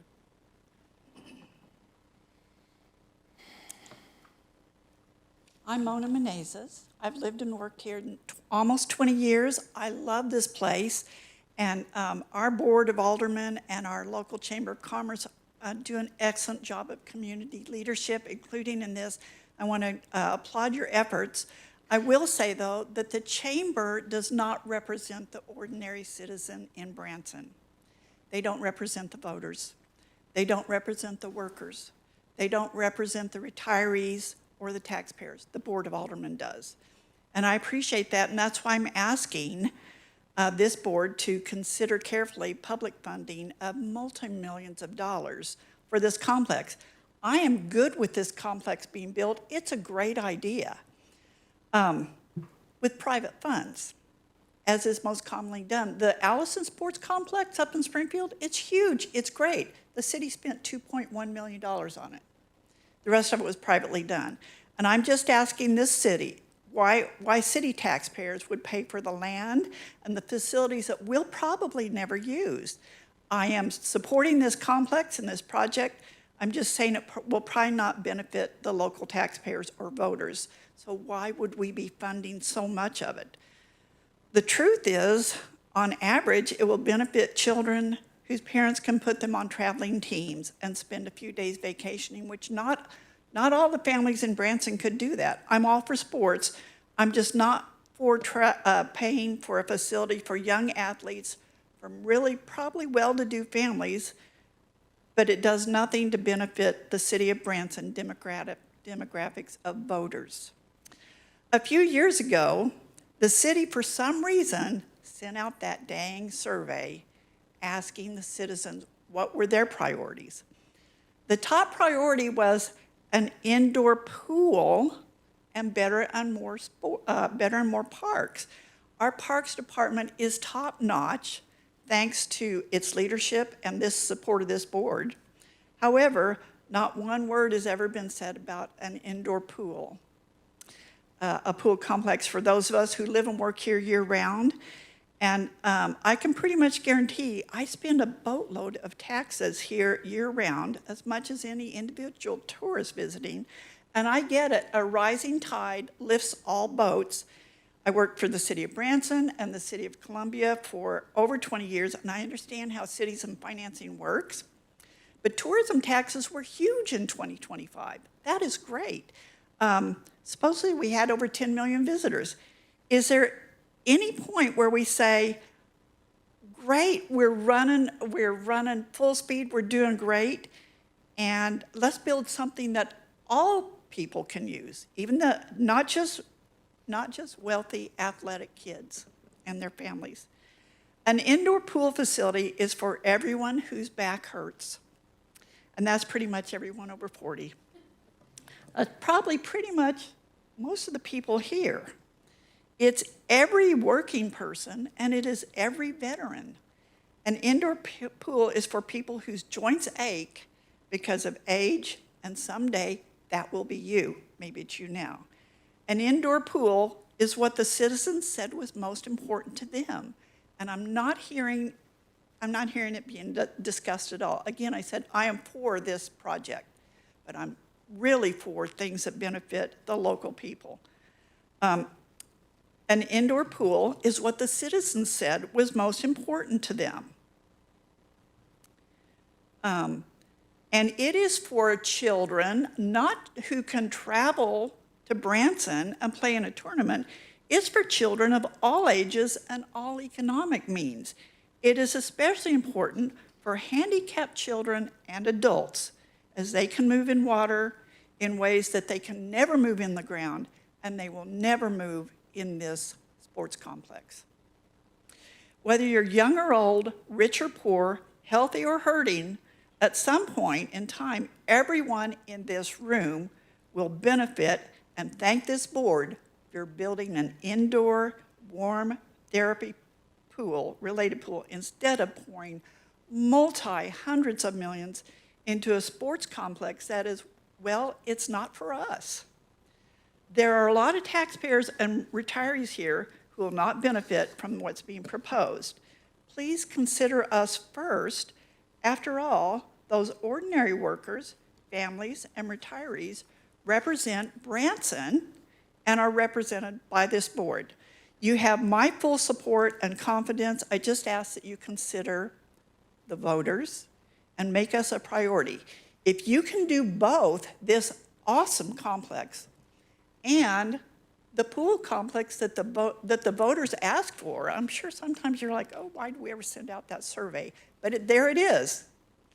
And so if you must set priorities, please consider your local citizens who live and work here and pay taxes here every day of the year. We're not visitors. So if you have $1 to spend, how would you allocate it? And thank you for your time. Thank you.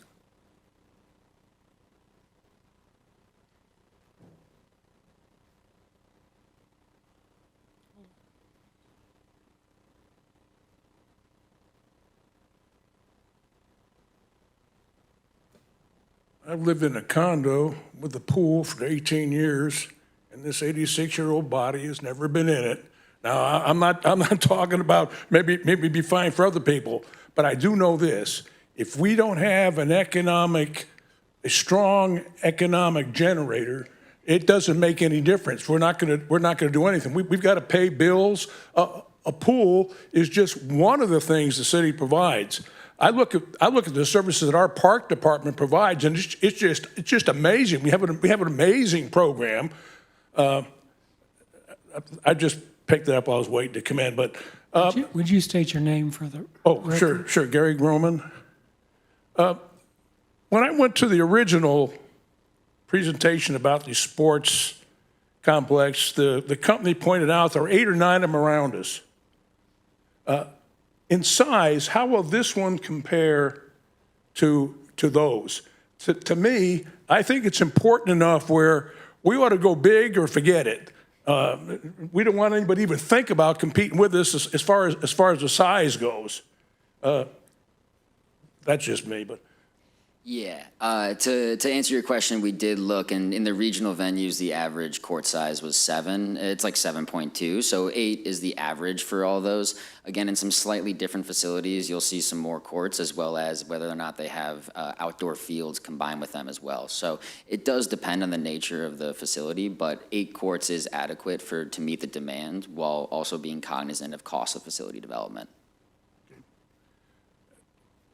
I'm so in favor of this project, I could trip. We've got to do something different to bring people to Branson, to keep our economic base going.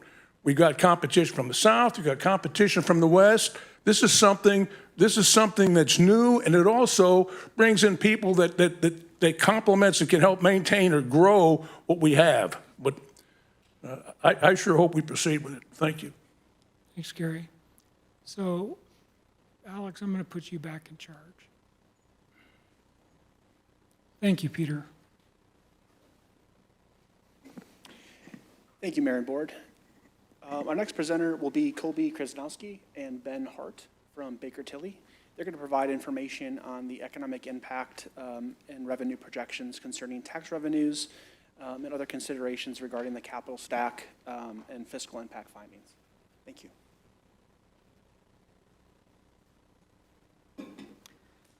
Thank you, Alex. Thank you, Mayor and Board and Kathy for having us here today. As Alex noted, I'm Colby Krasnowski from Baker Tilly Municipal Advisors, the city's financial advisor. With me is Ben Hart, managing director of our team. I'll give a little bit of preamble before we dive into the slides. Obviously, we had a really extensive and detailed presentation from Peter for the HVS study, which covered a wide array of different considerations, impacts, potential benefits of a youth sports complex, and a lot of work related to the feasibility and economic impact of the facility.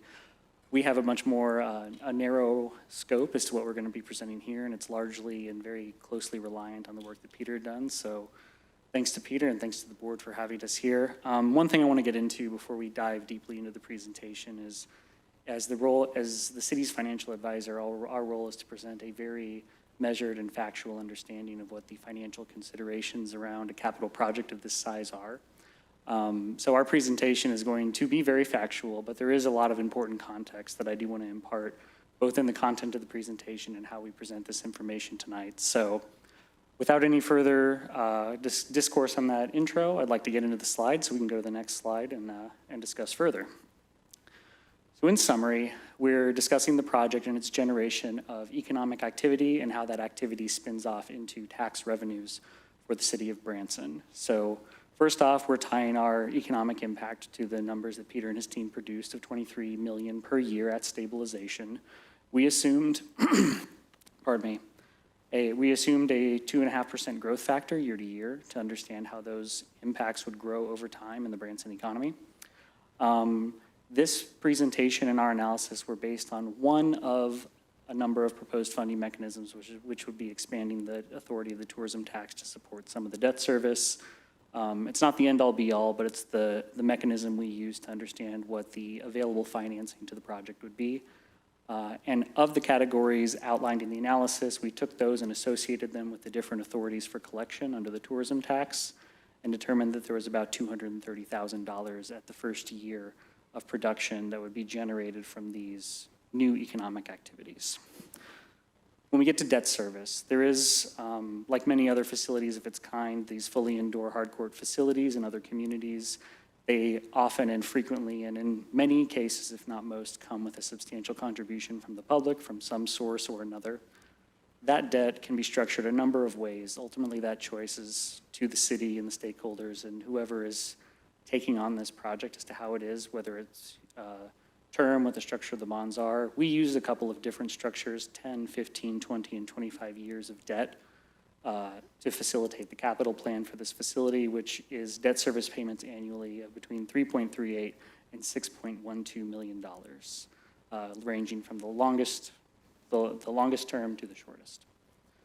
Obviously, there would be a leftover need to facilitate that debt service after the incomes from both the tourism tax, as we've outlined in this scenario, and then the incomes from the facility that we would expect to contribute to buying down that debt service. We have a couple of core findings. The city is modeled as the largest capital source, approximately $50 million of the project. As we get into the capital, I'll caveat that more and make sure we have an understanding of that. That's the capital stack we had discussed with the city and city stakeholders to understand what the proposed size of the facility is. So we're not making any recommendation or statement of fact that that is what the ultimate facility will cost, but that's the scenario we use to model what we're presenting today. The new tourism tax revenue is positive, but small relative to the annual bond payment. We'll touch on this a few times, but to put that in context, that is what we would expect, that the annual taxation generated would not necessarily meet the requirements of the bond payment for a facility of this type for this type of program. The longer debt terms reduce annual budget pressure, but materially increase total financing costs and extend the subsidy exposure. This is where we get into the principles of public financing. How are we going to be looking at this? Are we looking for lower interest costs over time in order to finance more sooner, or are we trying to match a certain time horizon for the expansion of additional revenues?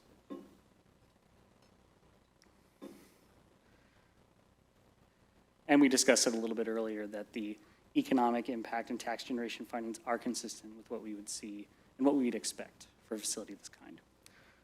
So again, we'll dive deeply into this in the presentation, but the implication for our decision is that the comparable facilities are developed as policy-driven community assets, not self-supporting developments, especially for a facility of the type, composition, nature, et cetera, that we're considering here. And Hey, the term Colby, pardon me. Could you just make sure, talk a little closer to the mic. Okay. I was trying to get you more volume, but I can't get you more, so just kind of stay close. Sounds good. Thank you. And if the board would like me to repeat anything, I'd be more than happy to. But I'll keep going, failing any questions there. So the term selected should be evaluated primarily as the choice about timing and the magnitude of the city's-supported funding gap, whatever the resources identified from the city are, if they choose to proceed with this project, and not as a path to full self-support. We can go to the next slide. So we're talking a little bit about the capital stack. Again, this is a capital consideration that we evaluated with Kathy and Alex and city staff to understand exactly what type of project we're looking at here. With anticipated donations and third-party contributions, which are common for these type of facilities to get sponsorships, donations, et cetera, from benefactors. The high-level estimate we discussed with the city was $10 million, or 13.3% of the share. We have a very large catch-all category for other taxing jurisdictions, which really expands to any other subdivision that would be interested in contributing this facility in order to engage in the economic impact that it would provide, at about $15 million, and then the city financing at $50 million for a overall $75 million investment. The actual size of the facility would depend on the needs of the community, so we'll benchmark that all of our analysis is based on this proposed capital stack. Contribution structure reduces the amount financed from the full project cost, but the city still bears the burden of being able to come up with the resources to service this. And as cities engage and move forward with policy-driven assets like this, that tends to be the paradigm. The municipal decision point is whether the annual appropriations, existing tourism revenues, or other future city resources can absorb the modeled gap, and if the projected return of tourism tasks, for example, is insufficient, which we would expect that it would not meet the full financing need. We can go to the next slide.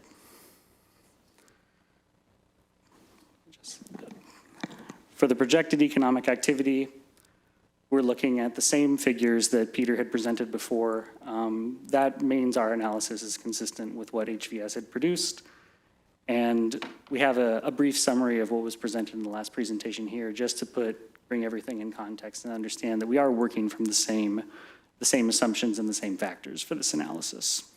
The way in which we broke down the different elements of the project is the hotel spending, which obviously has a direct collection mechanism for the tourism tax, the sports complex revenue transportation, which was noted and discussed earlier, the food and beverage, which also has a direct tie to the tourism tax, and then recreation within the city of Branson, which generally we're associating with what we'd expect for the admissions tax. Recreation is seeking entertainment within the city of Branson.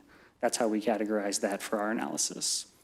There's not much to dwell on here, but I'll leave the slide up for a moment just so we can get appraised of the data we're looking at for going into the rest of the presentation. And I think what's important here to discuss is that of the $23 million, we are looking at not only taxes that, like the tourism tax, which target specific sectors of the economy, and we're considering that chunk of tourism tax as the offset.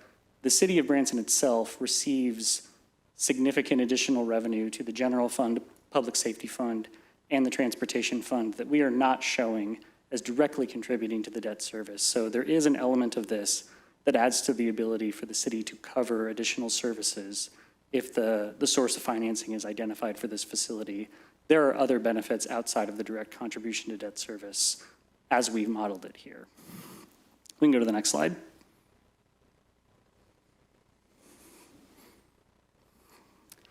Tax generation and eligible revenue. I noted earlier that we are discussing the tourism tax strategy as a portion of this analysis, noting that it is a major tax driver and tax engine for the city, and that it has capacity to potentially be expanded to other uses. I'll get into a little bit of the different revenue sources that we calculated based on the numbers that Peter and his team put together. Looking at year zero, we use that as the base year, or the year of stabilization for this project. We see the $23.25 million in economic activity.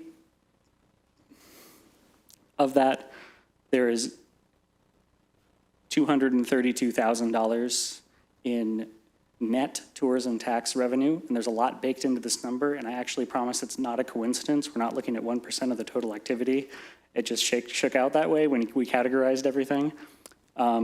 This is actually the tourism tax additional proceeds less the 25% marketing portion that is baked into the tourism tax policy.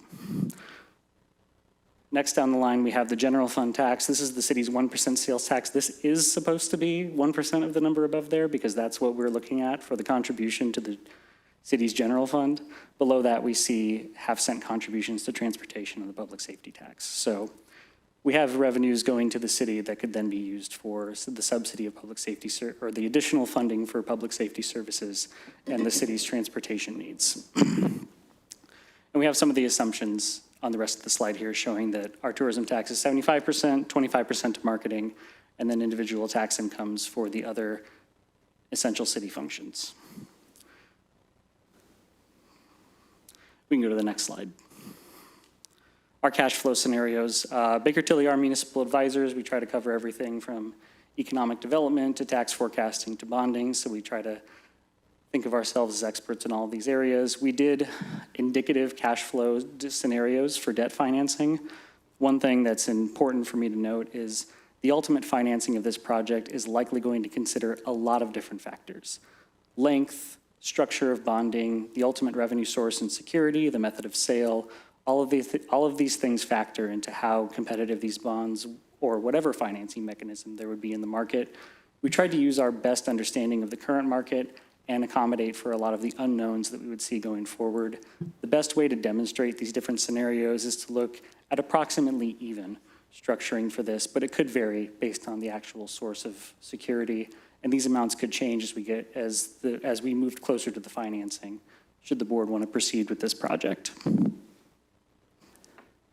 For the 10-year bond scenario, this is what would offer the shortest period, largest annual debt service, but following the satisfaction of the bond obligations, after 10 years, all of the revenue would flow to both the city and the other taxing jurisdictions. 15-year is about 4.5, 20-year is 3.8, and the 25 years about 3.3. One consideration to have is that the actual length of time and capital considerations for the facility. If we expect this to be a 30, 40, 50-year facility, a longer bond term, despite the larger interest cost, might make sense.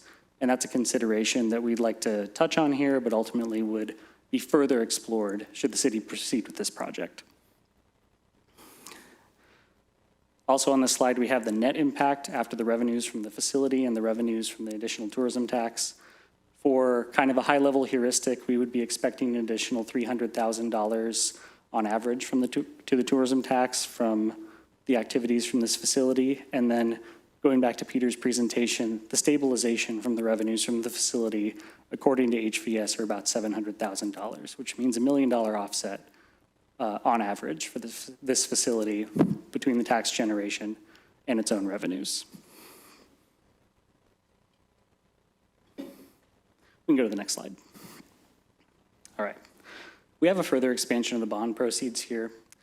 One thing that we also consider when we're looking at financing is the annual impact of the city, but also the rate at which the city can borrow. Longer-term bonds tend to have a larger interest cost, which we covered as well. There's a lot of other bond statistics that may be more interesting closer to a full financing, but we wanted to explore some of the data that we would consider as we went forward with this and what the implications are for the city.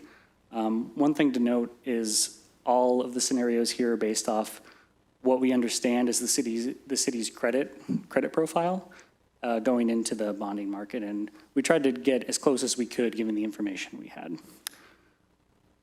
So, to frame this for the board, the financing choice is not whether the project pays for itself.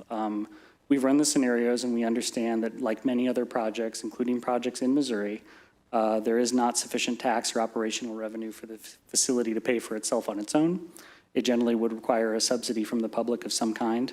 And under the model assumptions, it's how much budget pressure the city is willing to absorb and for how long, with the caveat of noting if there are other sources or other strategies to take on this facility, that would also offset the cost to the city, whether it's buying down the cost of the facility or identifying different sources or mechanisms.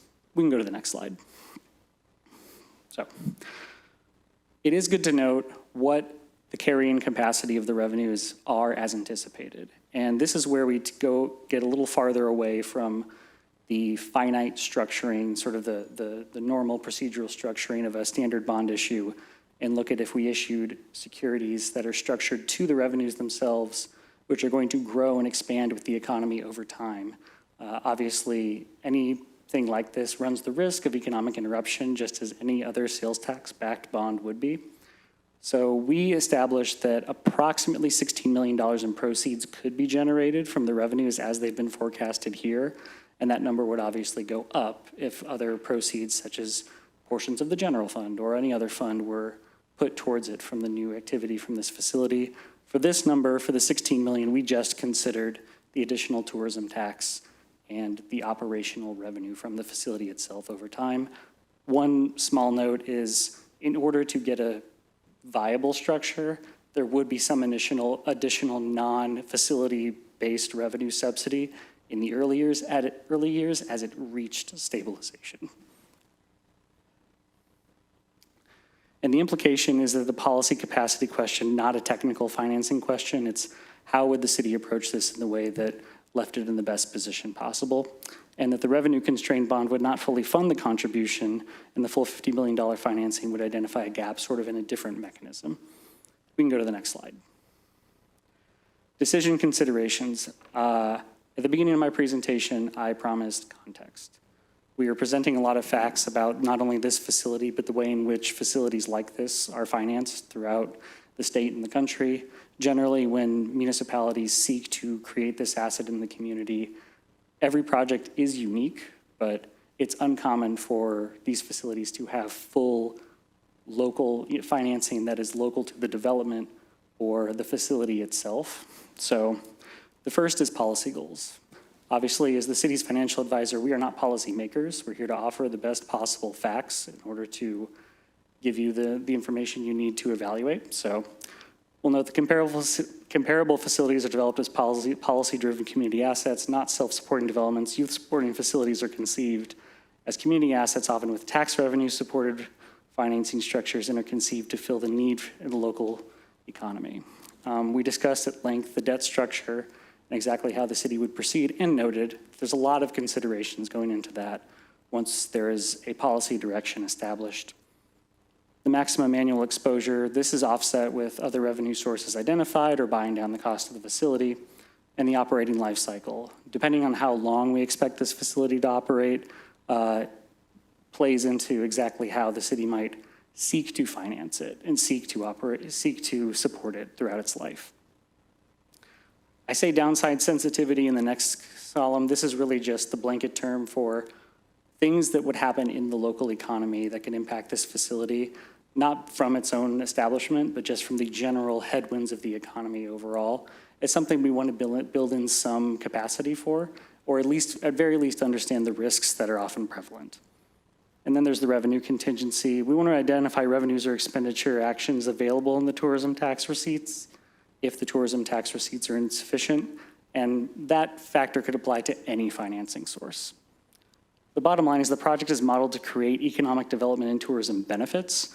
Although debt service and all models rely on both project revenues and other funding sources, a final decision should be tied to policy goals and consider affordability, pledge constraints, and risk tolerance. One final note here on the important context for the decisions. Where we see these facilities pop up in other locations, it's oftentimes looking more towards the information that Peter has put together. What is the benefit to the community as a whole versus what is the direct benefit to the city itself? We can go to the next slide. Assumptions and notes. There's a lot of text on this slide, so I'm going to try to summarize, and it's a little bit small. So on the revenue side, essentially what we're saying is that we look to HVS's analysis and report, and we put a lot in here to describe exactly what we're talking about. We reviewed the report provided by Peter and his team. We understood the assumptions and implications and the economics of exactly what they produced and recognized their expertise. So we didn't make any alterations or assumptions to that other than to better understand exactly how each of the categories would apply to the existing tourism tax collection paradigm. The other component of this is, and as Peter mentioned, there is a lot of downstream impacts that exist outside of the direct, indirect, and induced. Things like additional economic development that happens as a result of this facility, repeat visitors that aren't captured in the tourism paradigm. Those things really don't exist in a space analytically that we can model. And I think Peter spoke to this a little bit. But there are other larger economic patterns that could be impacted by facilities like this that we just don't consider to be knowable, but oftentimes manifest in places like Pigeon Forge and other locations where these facilities do create a catalytic effect. The debt and debt capacity, I'm going to skip over a lot, and if anyone wants me to expand, I can, but it's essentially describing our role as municipal advisors and people who consult on debt as in the capacity of financial advisor to the city, and how we do take a lot of care in understanding what the market looks like, what the risks are to our clients, and what these structures actually do, and how they impact the city's bottom line. The notes, we talked about expectations for these facilities a lot, and this is where I got into the initial components of the presentation, noting we would have been surprised if the tax generated from this facility fully supported the debt that would be required to build it. And it's not in the attempt to sound repetitive, but it's important as we present numbers in red and show things that don't necessarily pencil out, we want to provide the context for exactly what we would be expecting to see for a facility of like this with this programming conceived in the way that it was. And the final, and probably the most important, which is something I say at the end or beginning of all of my presentations, private-public development, is both Baker Tilly and HVS are here acting as neutral and objective analysts on behalf of the city of Branson. We don't have any financial stake in the project, and we don't really have any policy direction that we would be recommending or establishing as part of this. Our role is to present the facts as we understand them, with the best information we have, and to do so in a way that is neutral and informative and provides the necessary context to understand them. You can go to the next slide. And with that, just reintroducing ourselves, we're open for questions and be happy to go back and retread any of what we've talked about here. Thank you very much for that, Colby. Any questions from the board? Glenn? Yeah, thank you, Colby, for the great presentation. Good to have you here again, and Ben. I just wanted some clarification, not on your slides, but as it relates to your longer report. There's a comment under the sector composition in yours report that said you classified 11.628 million not as tourism tax eligible. I take it, without seeing the words here, you're talking about revenues that'll fall in the TIF district? Or are you talking about something else? We're actually talking about a lot of things, and Alderman, that's a great question to be asked, and I think it provides a really informative answer. In the course of all of the analysis done on this project, there is an element of being conservative and not counting revenues that we are not sure or certain are going to actually contribute to the project itself. The incomes from the surrounding TIF area are currently based on the development program as it's proposed. So that's one point. The second is that the TIF area immediately surrounding this facility, while it is a huge investment, is not going to spread to the economy of Branson as a whole, which is where this impact is happening.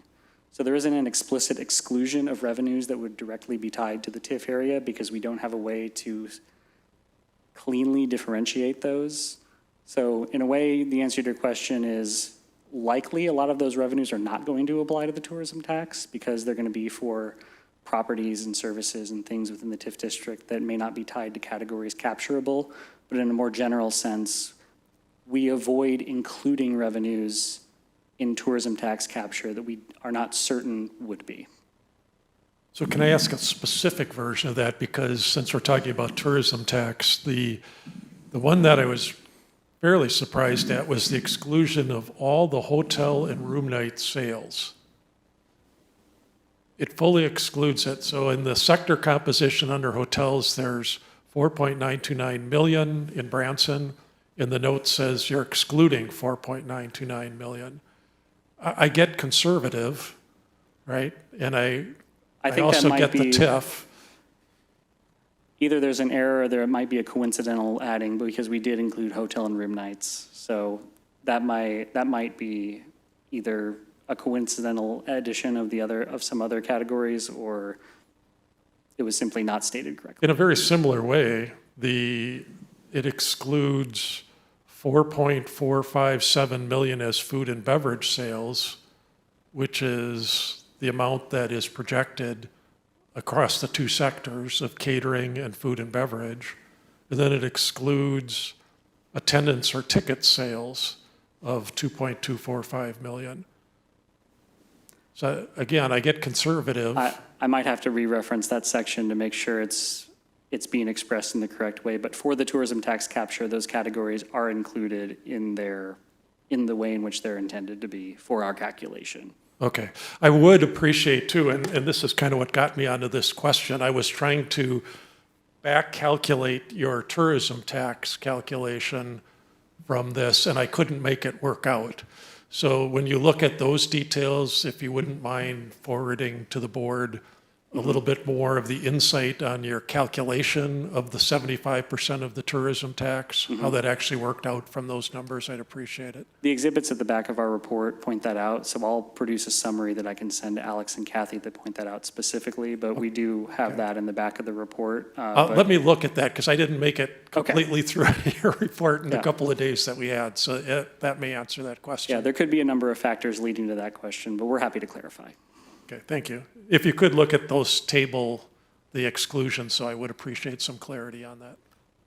Sounds like a plan. Alex? Thank you, Mayor. Thank you, sir, for the presentation. Could you give a little bit of color on what you would anticipate other taxing jurisdictions would look like, given, we identify city financing, we identify a potential mechanism that we would use. So what does that look like for other taxing jurisdictions that would likely participate in this sports complex for Branson? For that question, I might turn to Kathy or Alex, because I would not be the one discussing potential contributions with other sources. So I think I'll let them answer.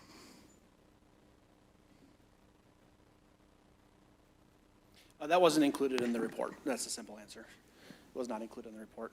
We were primarily looking at what is the city of Branson's tax revenues in support of a bond. And so other political subdivisions, of course, are important in that respect, but ultimately as the city, we need to look at what is the bond capacity, revenues that come in, and essentially the source of funds. For the project cost, though, let's say you get 0% other taxing jurisdiction to support, does that gain come back to the city in that equation? I'm sorry, the hypothetical, what? Sorry, in the If you don't mind, chart please. where we Thank have you. an anticipated donation of 10 million, other taxing jurisdictions at 15 million, city financing at 50 million, without knowing who those other taxing jurisdictions would be or that donation, Sure. does all of that fall back to the city? Ultimately, yes, the city, if we were going to move forward with the project and other funding sources fell through, 100% of the obligation would remain on the city of Branson, yes. How did we get to the conclusion to break it out to those percentages? That was a feel on what is the basic debt load that maybe the city would consider doing. I think it's important that this is an all-community approach. Having other taxing jurisdictions involved in that process, obviously because the benefits are not just direct to the city of Branson limits and they're ancillary to surrounding political jurisdictions and the state, having those partners at the table, I think, is really an all-inclusive approach we try to do with most of our decision-making. Thank you. Alex, some of that also is a starting point, right? If we're going to get this thing moving, we've got to start somewhere. The donation part of it, that could be very scalable. There may be benefactors that we approach once we get and again, really what all of this information is meant to do is provide a decision packet and an information packet that we can then pitch to investors, pitch to banks, pitch to developers. We have a very promising conversation coming up with a developer on this project. And so there are many different options that we can have, and it's a slidable scale. But we wanted to take just the first bite at the apple, figure out what would be the general obligation that the city may wish to contribute to this project, and then break it up. As far as private donations, I mean, this could be sponsorship, this could be naming rights, this could be every single court is named a certain, after a family or a business, parking spots. I mean, there are a million and one ways that we can get creative to bring in private donations to help offset the amount of bonding that would be needed possibly. For political subdivisions, that really just relies on, I think, this board and our city administration working with our partners to try to increase that percentage. The benefits to City of Branson are huge, as we've seen, but let's not forget our largest partner, which might be the state of Missouri. And so we'll be able to have those conversations, but we want to just take a preliminary stab and an estimate of what we think would make the most sense financially. Artie? Thank you, Alex. Just a point of clarification. 6 weeks, 2 months ago, we had a lot of discussion about the utilization of the tourism tax for the sports facility. And I thought that at that time, it was determined that we did not want to do that. Aldermen, currently on our state legislative priority list, that is included. I don't think the board's made a formal determination yet on September 8th. That's kind of a decision point here in September 8th to decide that. Ultimately, that's your decision as a board of aldermen. We just want to take the due diligence of finding the best tool in our quiver, the best arrow in our quiver that does not raise taxes, that does not provide burdens to other jurisdictions or businesses within our community. You know, a lodging tax, right, is an option. Is that our first choice? Do we want to raise taxes? Is that something we want to consider? It might be. It's up to this board to make that decision. We just want to take a first stab on the general scope of the project and cost. Artie, these tourism tax numbers, they're not suggesting taking away from our existing tourism tax revenues. These tourism tax numbers are generated on this new facility, what revenues it would generate that could be used to offset the debt service. Mayor? I Yes, may. Kathy. Just a couple points of clarification. Some of that money that would be additionally being generated by this facility's operations and impacts in the early years still wouldn't be enough to cover that bond payment for the facility. So we would have to, allocate some dollars that would typically go to other projects to make the bond payment completely, right? To make up for that shortfall. But I just want to be really clear that we have to start somewhere. We have to start the conversation somewhere. Our job is to put ideas and facts together for you all to consider. The tourism tax, changing the use of that is the only way we could come up with to not have to raise a tax, to raise taxes, whether it's on hotels or increasing the food and beverage tax, whatever it might be. I've heard in my time in this job for 3.5 years and having property here for 14, that Branson feels pretty well taxed enough. But at the end of the day, that will be a policy decision on the part of our elected officials, all of you. So I just want to be clear, we're not trying to be, let's see, what's the word I want to use? Confrontational by putting forth the use of this tourism tax pot of money. We're just throwing it out there as an idea. And we were not, for the record, told that that's off the table. We were never directed as that. What happened was the bill that was in the legislature did not move forward, but there was never formal direction given to me that you're absolutely opposed to doing that. And if that's the case, it'd be really nice to know that pretty early. Yeah. So, thank you. Yes, Glenn. Just while we're on this general subject of funding and taxes and so on, for me, to put this whole thing in context, I'm looking forward to the 7-year capital plan because it answers the questions, where else do we have to spend money in addition to this, so that we have a complete look at what we want to do potentially over a 5-7 year period, and this is one piece of it. And I think it goes directly to the earlier speaker's comments that there's other needs in the community, and that 7-year plan will have them in there, and we can evaluate everything in total. Tonight, we're focusing obviously on the sports center because it is a lot of information, and that part is pretty much all new to us. But we'll get around to the other discussions in the 7-year capital plan. Anybody else? Mr. Mayor? Yes, Ruth. Thank you. Just some basic info from listening to what is being discussed tonight. Obviously, it's the economic impact on the sports facility. I think we really need to remember that Kansas City, St. Louis, and Branson bring in the highest tax dollars to this state. And as leaders, we need to focus on the best return on investment of our taxpayer dollars. To make money, we have to invest money into what brings us the highest return on our investment. Tourism is Branson's base. Without our tourists, we will not prosper as we have been. This allows us to continue blessing our residents, because I think we do focus on benefiting our residents. Mona and Ashley brought up the idea of an indoor pool for our locals, which is a good idea, which was brought up 2 years ago from my understanding. An indoor pool is a huge expense, and we have to think of how we're going to fund that.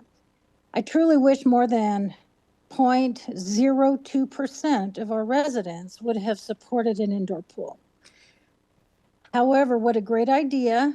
If there really is an interest in an indoor pool, the sports center and year-round opportunities could bring in the money to support such a project, which could be included in a future budget process. I think we need to remain focused on the economic impact that the sports facility will have and how it will bless our community as a whole. We need to look at the big picture, not just small things. We need to look at what can actually keep us on top, remaining in competition with St. Louis and Kansas City, and to continue to bless our economy in this state. Thank you. Thanks, Ruth. Let me follow up on that. I don't think there's anybody up here that would oppose having an indoor swimming pool for our citizens. And if you ask the citizens, what would they like to see? On the surveys, I recall, the choices were walking trails, improved parks, a few of those things, and an indoor swimming pool. Well, if I was a resident and I looked at those choices, I'd say, well, heck, let's get an indoor pool. To continue that discussion, like I said, we're not against it. It's just years ago, we did a study. And the study included not only the cost of the pool itself, but the extreme cost of maintaining an indoor swimming pool. And we had conversations with some partners, with Cox Hospital, with partners to try to see if we could make that work. The gap between what the facility would cost, paying that debt, and the maintenance cost, we couldn't see a way to make that feasible. The amount of money that we'd have to charge our residents to use the pool would have been just cost prohibitive. But more than willing to pull that study back. I don't know if we need to start from scratch, but I say we pull the study back up and let's discuss it. If we can do an indoor pool, I want an indoor pool. I just know that the community asked for it in previous surveys.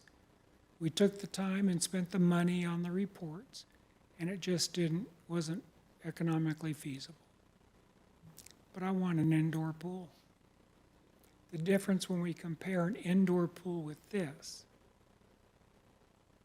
brings in $23 million of economic impact to our businesses. What does that mean to our residents? What does it mean? Some of them are going to get year-round employment. Some of them are going to work more hours than they're currently working. Businesses that are currently closed in December, January, February, March may decide to stay open. Those that are open may want to extend their hours. If we're bringing in thousands of people, trust me, capitalism is alive and well in Branson, Missouri. We're bringing in thousands of people. The stores, the restaurants, they'll all find a way to service them. We have hotels that stay open year-round, right? So the hotels are going to benefit. So it's going to benefit the employees that work at these hotels. So there are benefits to our residents by bringing something like this in. Any other comments from the board? You brought up pools, so I definitely, I think the way that I look at this is understanding, so we did research, and I got with Cindy, and the pool is very expensive, and the maintenance is ridiculous. And I think the bigger question is, how do we bump up our parks department as a whole, right? Like, how do we get a pool or a turf soccer field or better walking paths or good trails that are clean and bathrooms where people feel very safe? How do we have a really good day program during the summer for our parents that don't have, daycare for their kids while they're working? It's necessary. The amount of folks that our Parks Department touches that are residents is astronomical. And I mean, it's just on the soccer field, it's like 1,500 people every Saturday. I mean, through the 2 seasons, fall and spring, it's 32,000 people that it's touching. So my question is, how do we do both? Like, could the sports complex and however we fund it be some sort of a vehicle to help offset some of the things that our residents are asking for in our Parks Department? So I know we don't have to have the answers now, but I will continue to have that conversation, to ask those questions, because I think if we really put our minds to it, we can figure out a way to possibly do both. Okay, thank you. Kathy? Thank you to the professionals that helped us with all of this information gathering. Thank you to the Chamber for coming tonight. Mona, it's so good to see you. It's been too long. So thank you for everybody that commented tonight. I think just in closing, the way I've been kind of looking at this project to present to all of you is similar to how the forefathers of the city, would we say, looked at the convention center, which is the convention center on its own does not make money. That's not the purpose of the convention center. The convention center has demonstrated over so many years now that it brings people to the city, and then those economic impacts of spending and coming back and revisiting with their families after they've been here for a conference is very, very beneficial. My thought is if we've got another type of generator like that, something that's a catalyst for excitement and more visitation, that tax revenues come in, right? Additional taxes come in, so that down, maybe not too far down the road, we can talk about and a pool, and splash pads, and other amenities. That's the goal here, is how do we raise more revenue? That's the revenue side of the discussion, to be able to have more money in the kitty, to be able to pay for some fun things like that. That's a win-win.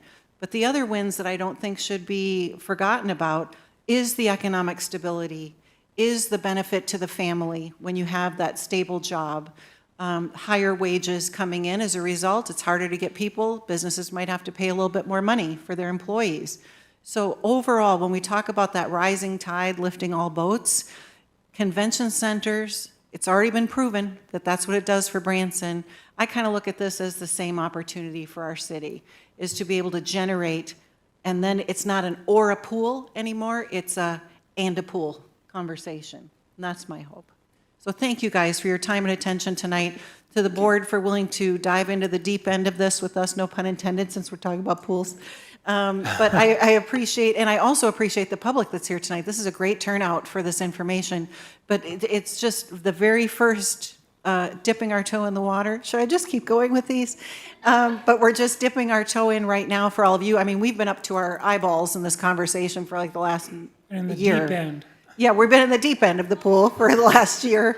But being able to bring this out to you, to our public and our citizens that these folks serve, and I have the pleasure of being here as well, it's a privilege to be able to bring some big ideas, some new ideas, opportunities to move our community forward and keep us current and relevant, and really just add to the regional gifts that we are so abundantly blessed with in Southwest Missouri. So thank you, everybody. I too want to thank the professionals. The amount of work and time and effort you've put into this is very impressive. I think we'll have some additional internal discussions.